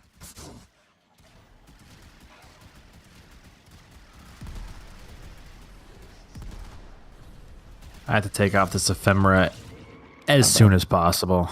My bad, I'm coming. There's too much chat going on here. It's a good problem to have. If your argument is that you can make Octavia not boring to play by playing her in a wildly less efficient method than her clearly best to build, which is just, you know, mallet spamming and invisibility, then that argument doesn't really track with a lot of players, because you're arguing for inshitifying the frame to make it more exciting. I'm not saying that you're necessarily wrong, but that argument's not going to fly for most people, because your solution is to make the frame worse to make it more exciting. And most people would just retort with, I could just play a frame that's both good and exciting with its natural gameplay loop.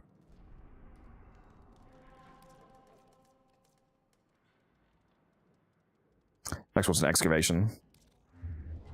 An excavation? Yeah. Oh, I thought it was mobile defense. Okay. Reading is hard, bro. I know.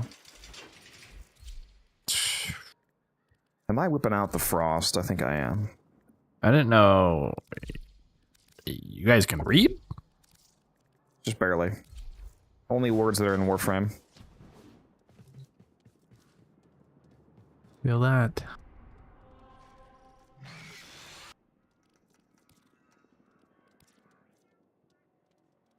The second mission of the Daily Sortie is a mobile defense. Maybe you were reading that. Oh, I'm sure I pulled up the wrong one then.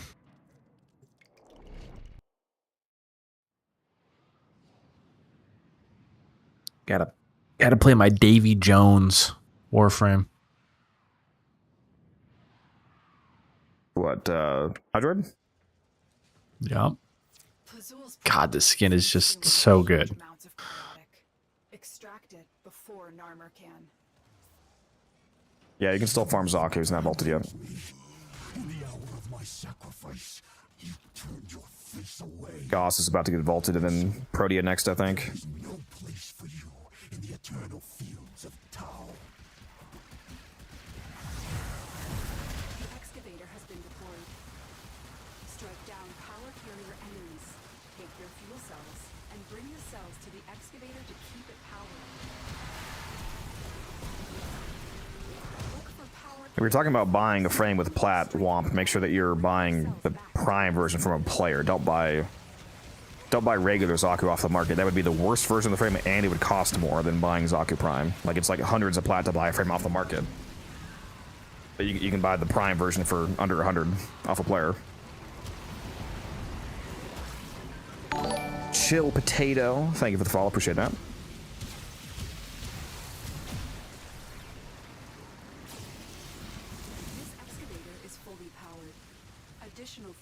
What is happening, bro? What is this? What is this visual effect of my fucking screen? Oh my god! What is happening? What? Bright fucking green. Oh, is that the That's the I forget the name of the ability. The range drops.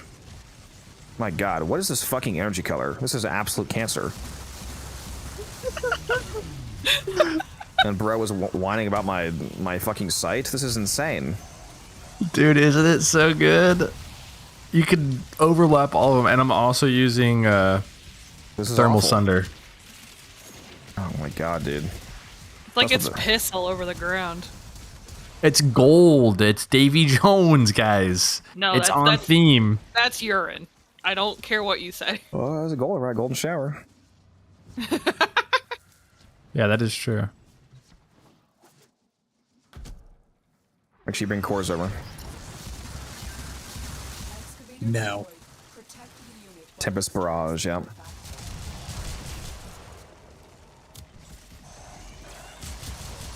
Guys, it's gold. No, I'm dehydrated urine.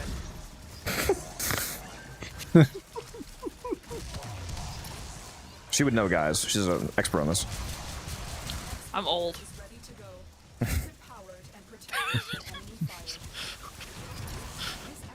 Not the exact answer I was thinking was coming, but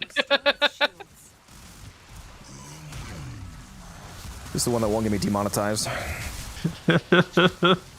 Thank you, Pixie.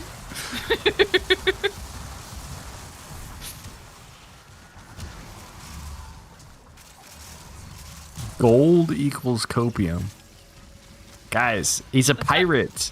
That's not gold.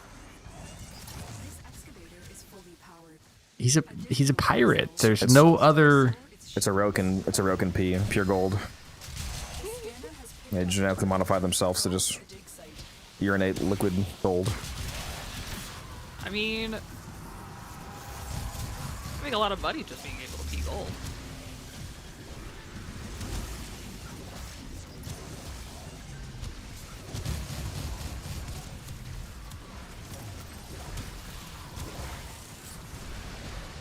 I'm going to the next one. Wow, this color's getting more hate than my 6 meters of punch through Sakaris build. Yeah.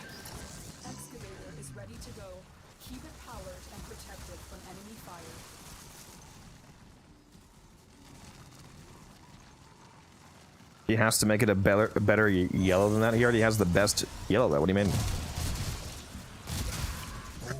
Oh my god, I just realized I haven't had fucking stream music this entire time.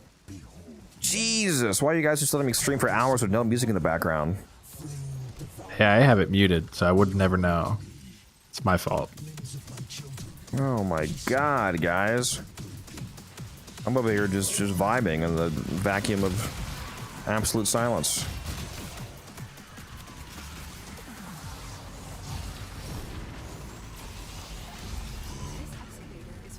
Oh, I'm so sorry you had to hear Pixie at full volume with nothing to drown her out. It's crazy.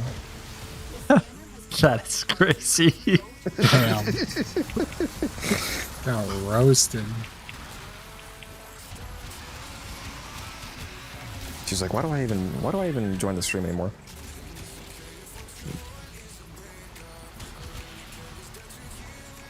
You know, it'd help if I stopped muting myself. Yeah, it would. So I'm over here talking shit, and you guys can't Well, it wouldn't hear help me. any of us. It doesn't.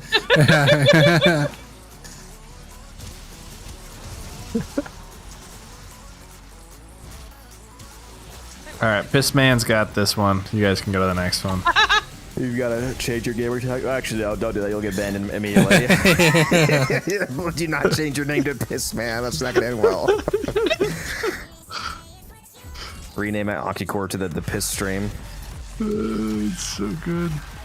Okay, that one got immediately obliterated. That's fantastic. Thank you. Guess I better put my bubble down immediately.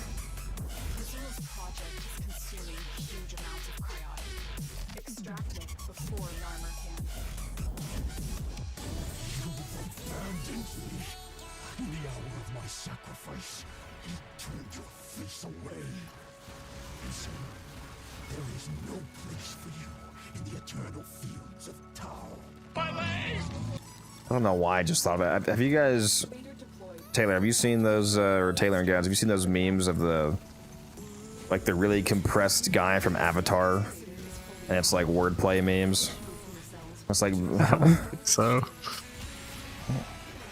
Like whenever somebody posts a meme, for example, and it's like horribly cropped, so you can't even see all of it. People in the comments are always posting like, "Oh, bad crop, bad crop." So we made a meme of that guy, and he's saying, "Bad crop? Question mark? We're gonna starve, bro." Like stupid. Just shit like that. I had not seen that. What are some other ones? What are some other funny ones? Fuck, now I can't think of any of them. Let me go look some up. Oh yeah, bird flu? Question mark? Yeah, they do that.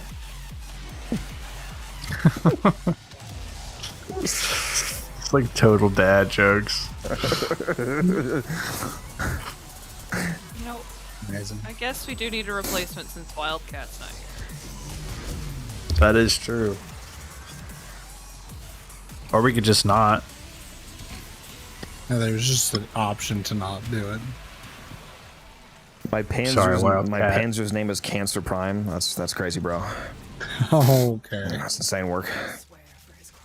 That's crazy. I still remember wow. On a dev stream a long time ago when Rebecca or somebody had somebody renamed their kit gun Crumb Guzzler. Crumb Guzzler. It's crazy, bro. Like breadcrumbs. Wasn't there literally a stream lately where they were mentioning that? It was like months ago, but they keep mentioning it, yeah. It's a classic, man.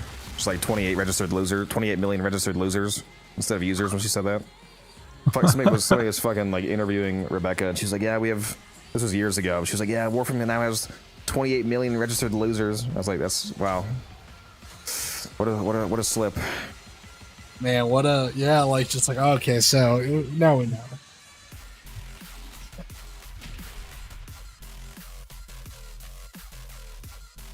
my favorite is cargo pants? Question mark? No, cargo beep. You feeling all right, bud?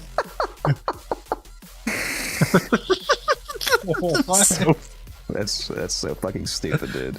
That one took me way too long, dude. That was actually so stupid, bro. Yeah, there is a Warframe glyph called Registered Loser. Yeah.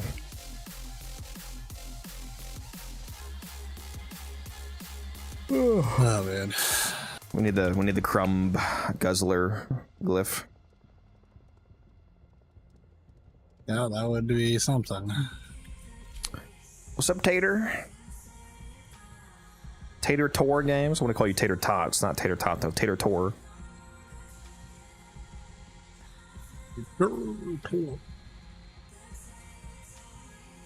What?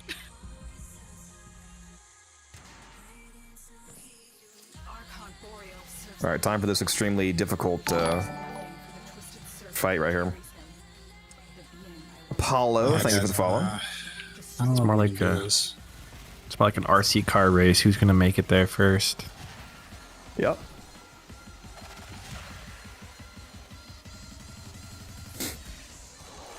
Oh no, I got stuck in a corner.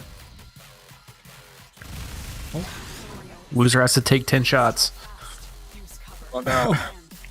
Oh no, I have to. I'm stuck. Oh no. Oh no. Step Tenno, I'm stuck. Okay. My manager at work today, he asked me to. I'm not going to the same point as you. I'm not going over here. He asked me to get a broom and sweep between some pallets because there was some debris back there. And I went to go do it, and there was like 3 pieces of wood, and I was like, bro, I could have just reached back here and grabbed this instead of going to go grab the dustpan. And he was like, oh wait, you could have. He was like half joking. He was like, oh, well, you could have fallen in if you tried to reach in there. And I looked at him, I said, step manager, I'm stuck. And he just walked away. Bruh. Dude. Oh my god. You have the most chill managers, dude. Oh no, I don't. That's what made it. That's what made it funny. Yeah, you do, because there's a lot of managers that be like, all right, we're going to the office. Yeah, dude, that's too good. Dude, if one of my employees said that to me, dude, I don't think I'd be able to work the rest of the day. I'd just be fucking uncontrollably laughing. HR is scheduling a meeting with you for Monday. Yeah. Something about something harassment training. It's like, I already know how to do all this. I don't need training for this one. Hey, you know, that's whatever. Dude, I just watched a video today about some guy that works like remote, and his HR person is AI, and he was calling people clankers, and he recorded the conversation he had with like the guy. There's no way, bro. Oh my gosh. It was so funny, dude. Getting fired for clanker hate speech. From a clanker. Like, derogatory terms toward AI employees is not allowed. Like, what? Dude, stop giving me these.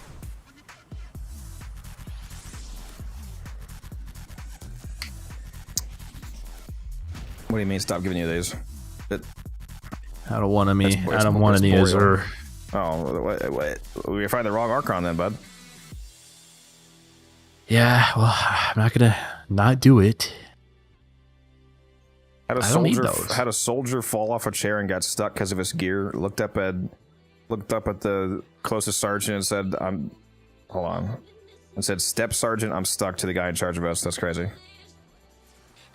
Immediately dishonorably discharged. I was gonna say that. Dishonorably discharged. Oh, he discharged, all right.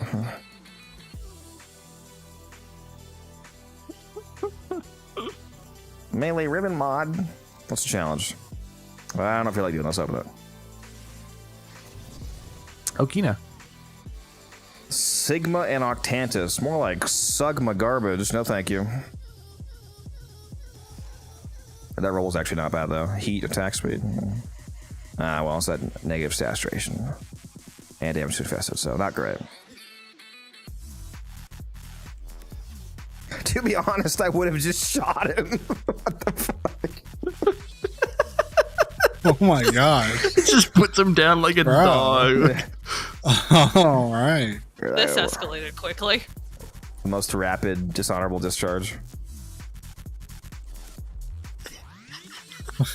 You should not work in any form of authority. Dude, get this guy an unregistered gun ASAP.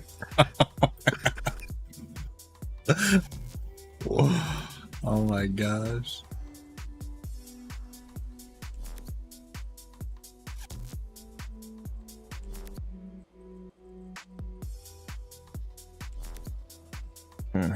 All right. What's up right now? Bed. This fucking guy. I'm just gonna leave and there's an alchemy up. That's crazy. A discharge of life. Yep. I'm about to discharge this 9mm. Oh, there's still the active sales. Let's go check out these Tenno gens. I have a specific nattered build request. What is a good crit build that can also have a Bane on it? See, that alchemy has 40 seconds left, so that would have been a close call anyway. Could do the sortie. Man, I stopped doing sorties like 5,000 hours ago, bro. They're actually not bad to do. I mean, you can get free mod boosters occasionally. And you might get a legendary core. Sometimes I still do sorties if they're super fast, like it was like rescues and captures and whatnot. But it depends on the sortie. Yeah, Ribbons too, so it's not bad. Like I said, I do them if they're fast. If it's like, you know, capture, exterminate, rescue, or something like that, then it's worth doing. Yeah, I do still have television sales going on. I already have just a bunch of ones that I like, though. Dude, the Atlas Grax one is sick as fuck.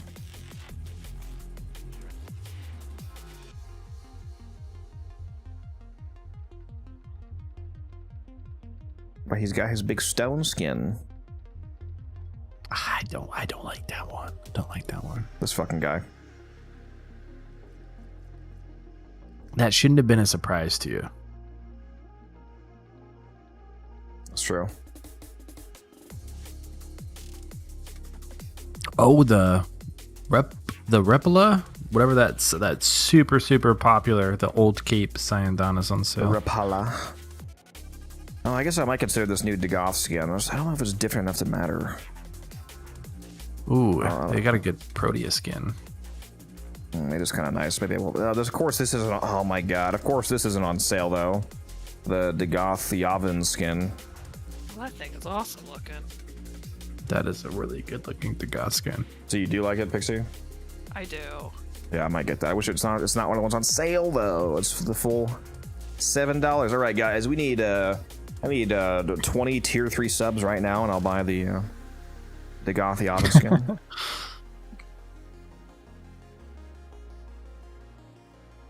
That's a joke. Please don't do that. You know who the next rework should be is Loki. Yeah, he could use it. All right, somebody asked about a Nadaruk build. Nadaruki. Let's pull it out. Oh, dude, there's actually some like really good skins in here. What do I have on mine?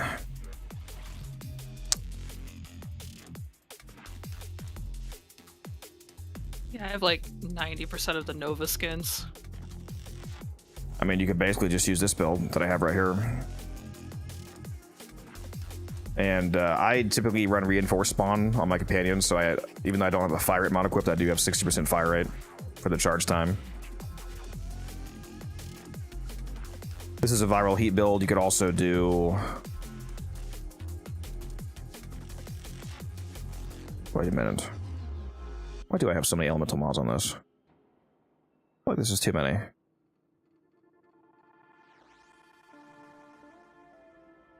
You got too cold. Yeah.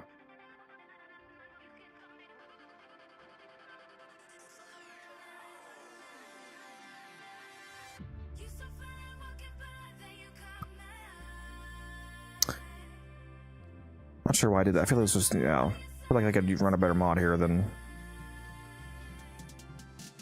this many elementals.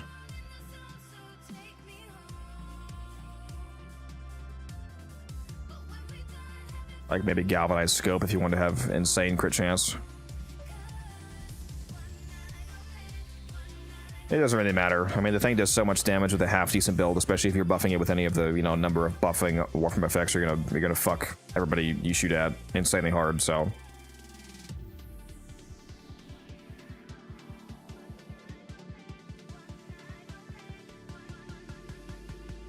But if you wanted to, you could drop one of these elementals for, like I said, like galvanized scope or something. And if you wanted the, you can change the elements around depending on what faction you're fighting. Like if you want to do more upfront raw damage against, you know, like Grenier, for example, you could use corrosive damage instead of viral. You could also use raw elements instead of the dual stats if you want. So you could go like this, change into corrosive cold. Let me add Omni on, hold on. Ads are running. Yeah. You can use something like this as well. Also, it is a bow, so you do have access to longbow sharp shot. So if you are consistently hitting headshots, you could run sharp shot, but then you would need to run some base. You would need to run a base damage mod.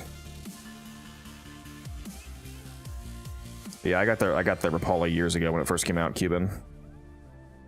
That was like 20. That was a long time ago now. That was like 2018 or something. I got it like the week it came out.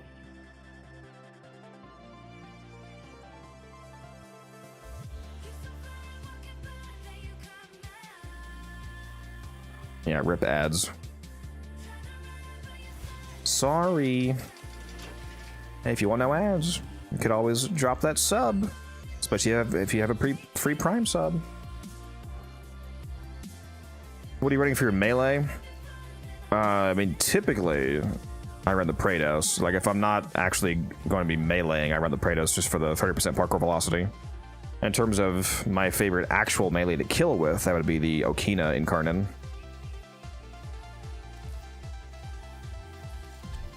This weapon right here.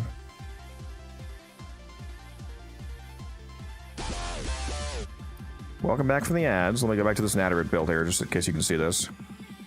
I was saying, Tater, if you wanted to, you could also do a build like this. This is Corrosive Cold, and I dropped one of the elements for Galvanized Scope if you wanted to have absolutely insane crit chance by using this plus crit delay. And the Corrosive, like if you wanted to do more upfront damage to armored enemies like, you know, Grenier or Scaldra or whatever, then you could use this. Just, you know, change the element around for whatever faction you need.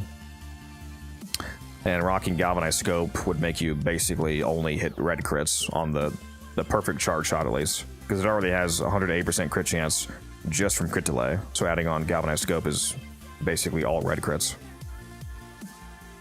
And I was saying, if you have... It is a bow, so you could use Longbow Sharp Shot as the arcane if you have access to this. Although if you use Longbow Sharp Shot, then you would need to use a base damage mod, because... Longbow Sharp Shot is actually multiplicative. When Sharp Shot says gain plus 300% damage in your next shot, that's not 300% base damage, it's a multiplier, so it's 4xing your damage. So if you want to really benefit from that, then you need to run a base damage as well. Like if you ran Serration, for example, giving you 165% base damage, this would have basically multiplied that by 4.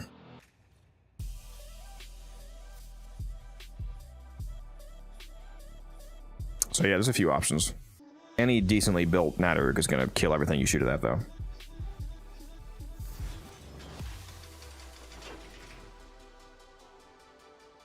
So you're getting off, Taylor? I sure am. Yeah, I'm looking over TennoCreate.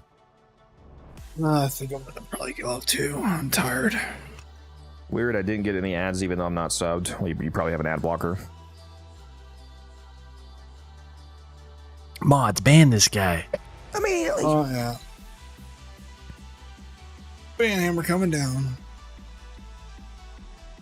Like if you know the tower, you can take any gear. It's not randomized like you do. Yeah, the upcoming Descendia game mode is not randomized loadouts. So if you want to bring the most meta sloppy loadout every single week, you can.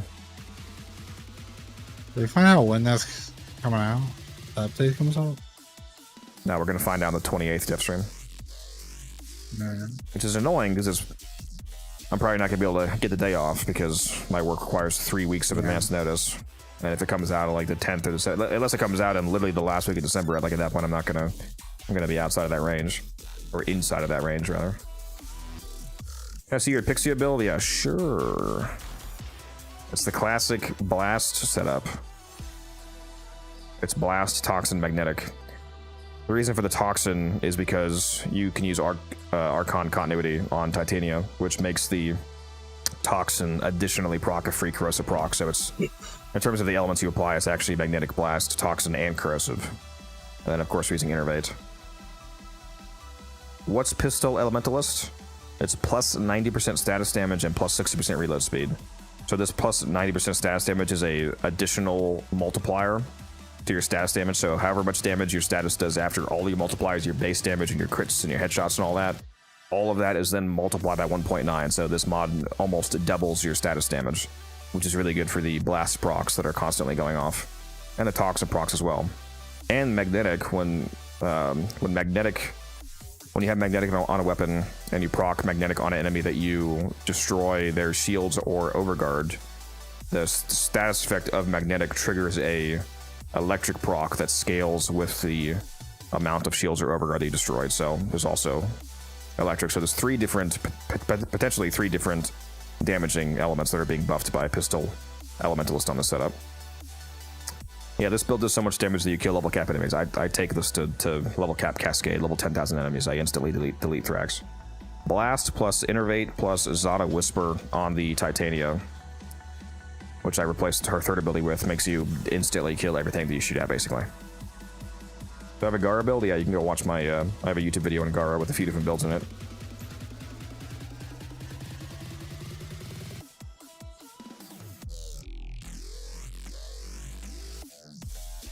You have a good build for Revenant? Yeah, I have a old but still relevant video on Revenant. If you want, you can go watch that, but if you want to just peek my current build, it's this right here.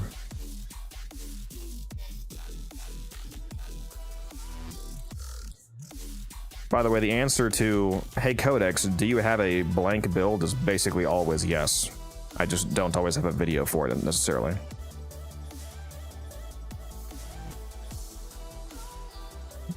Do you have a Sakaris build? No, I don't use dog shit. He's molding right now, chat. He's molding and seething and coping. Yeah, I'm unmodding you for sure. That's his favorite secondary, by the way. Of course I have a Sakaris build, and unlike your Sakaris, it actually kills enemies above level 50. Isn't that crazy? Does it have 6 meters of punch through? So you got me there. You got me there. Otherwise, it's unusable. Guys, he literally put together Sakaris build that had no base damage mods. It had no base damage mods, and it didn't have a base damage arcane. It did have 6 meters of punch through, though. So we were doing an alchemy, and we got to, like, the enemies were only like level 500, and he was like, damn, this Sakaris is starting to fall off. I was like, repeat that? The Sakaris Incarnon against level 500s falling off? Did you not mod it? I was like, is there mods equipped on the weapon?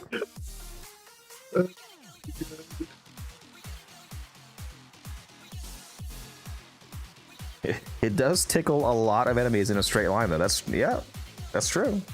Well, actually, not even a straight line. It has ricochet rounds. The ricochet rounds do benefit from punch through, so you do want punch through on the Sakaris, just like the dual talks, because the ricochet bouncy rounds will also have punch through and go through multiple enemies.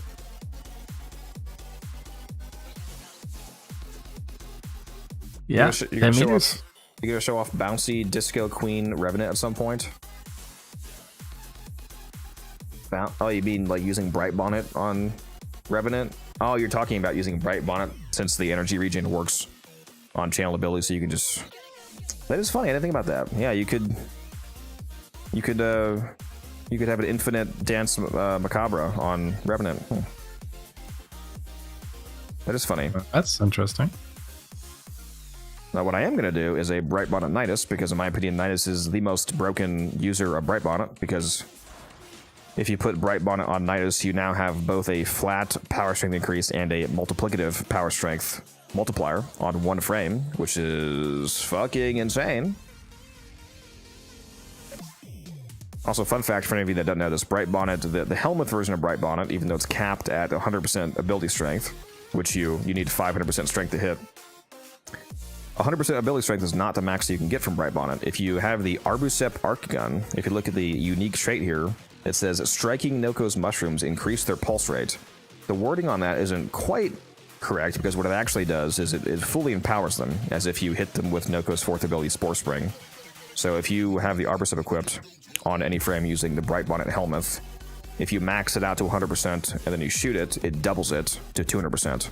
So you can get up to 200% strength from the Helmuth version of Bright Bonnet with this arc gun. It's hilarious, especially on Nidus. I plan on making this video sometime soon, hopefully within the next week. TLDR, for those of you that don't fully understand the hilarity of this math here, a Bright Bonnet Nidus, this build at least, is able to take a person that is completely unmodded. They have no strength mods. They only have 100% base strength. You can take somebody from 100% strength to over 900% with this Nidus buff. and that's on somebody who's unmodded. So you can imagine how high you can get somebody who is modded for strength, especially if you go into a fishing mission and you get corrupted to double your strength. You can get people to 5,000%, 10,000% strength pretty easily if you play it right. So you can look forward to that video coming out at some point.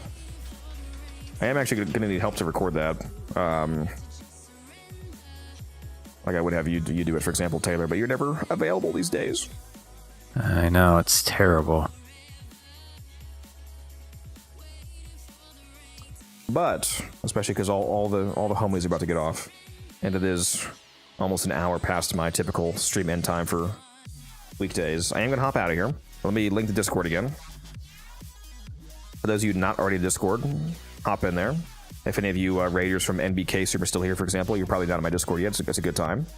Good people in there, good resources too.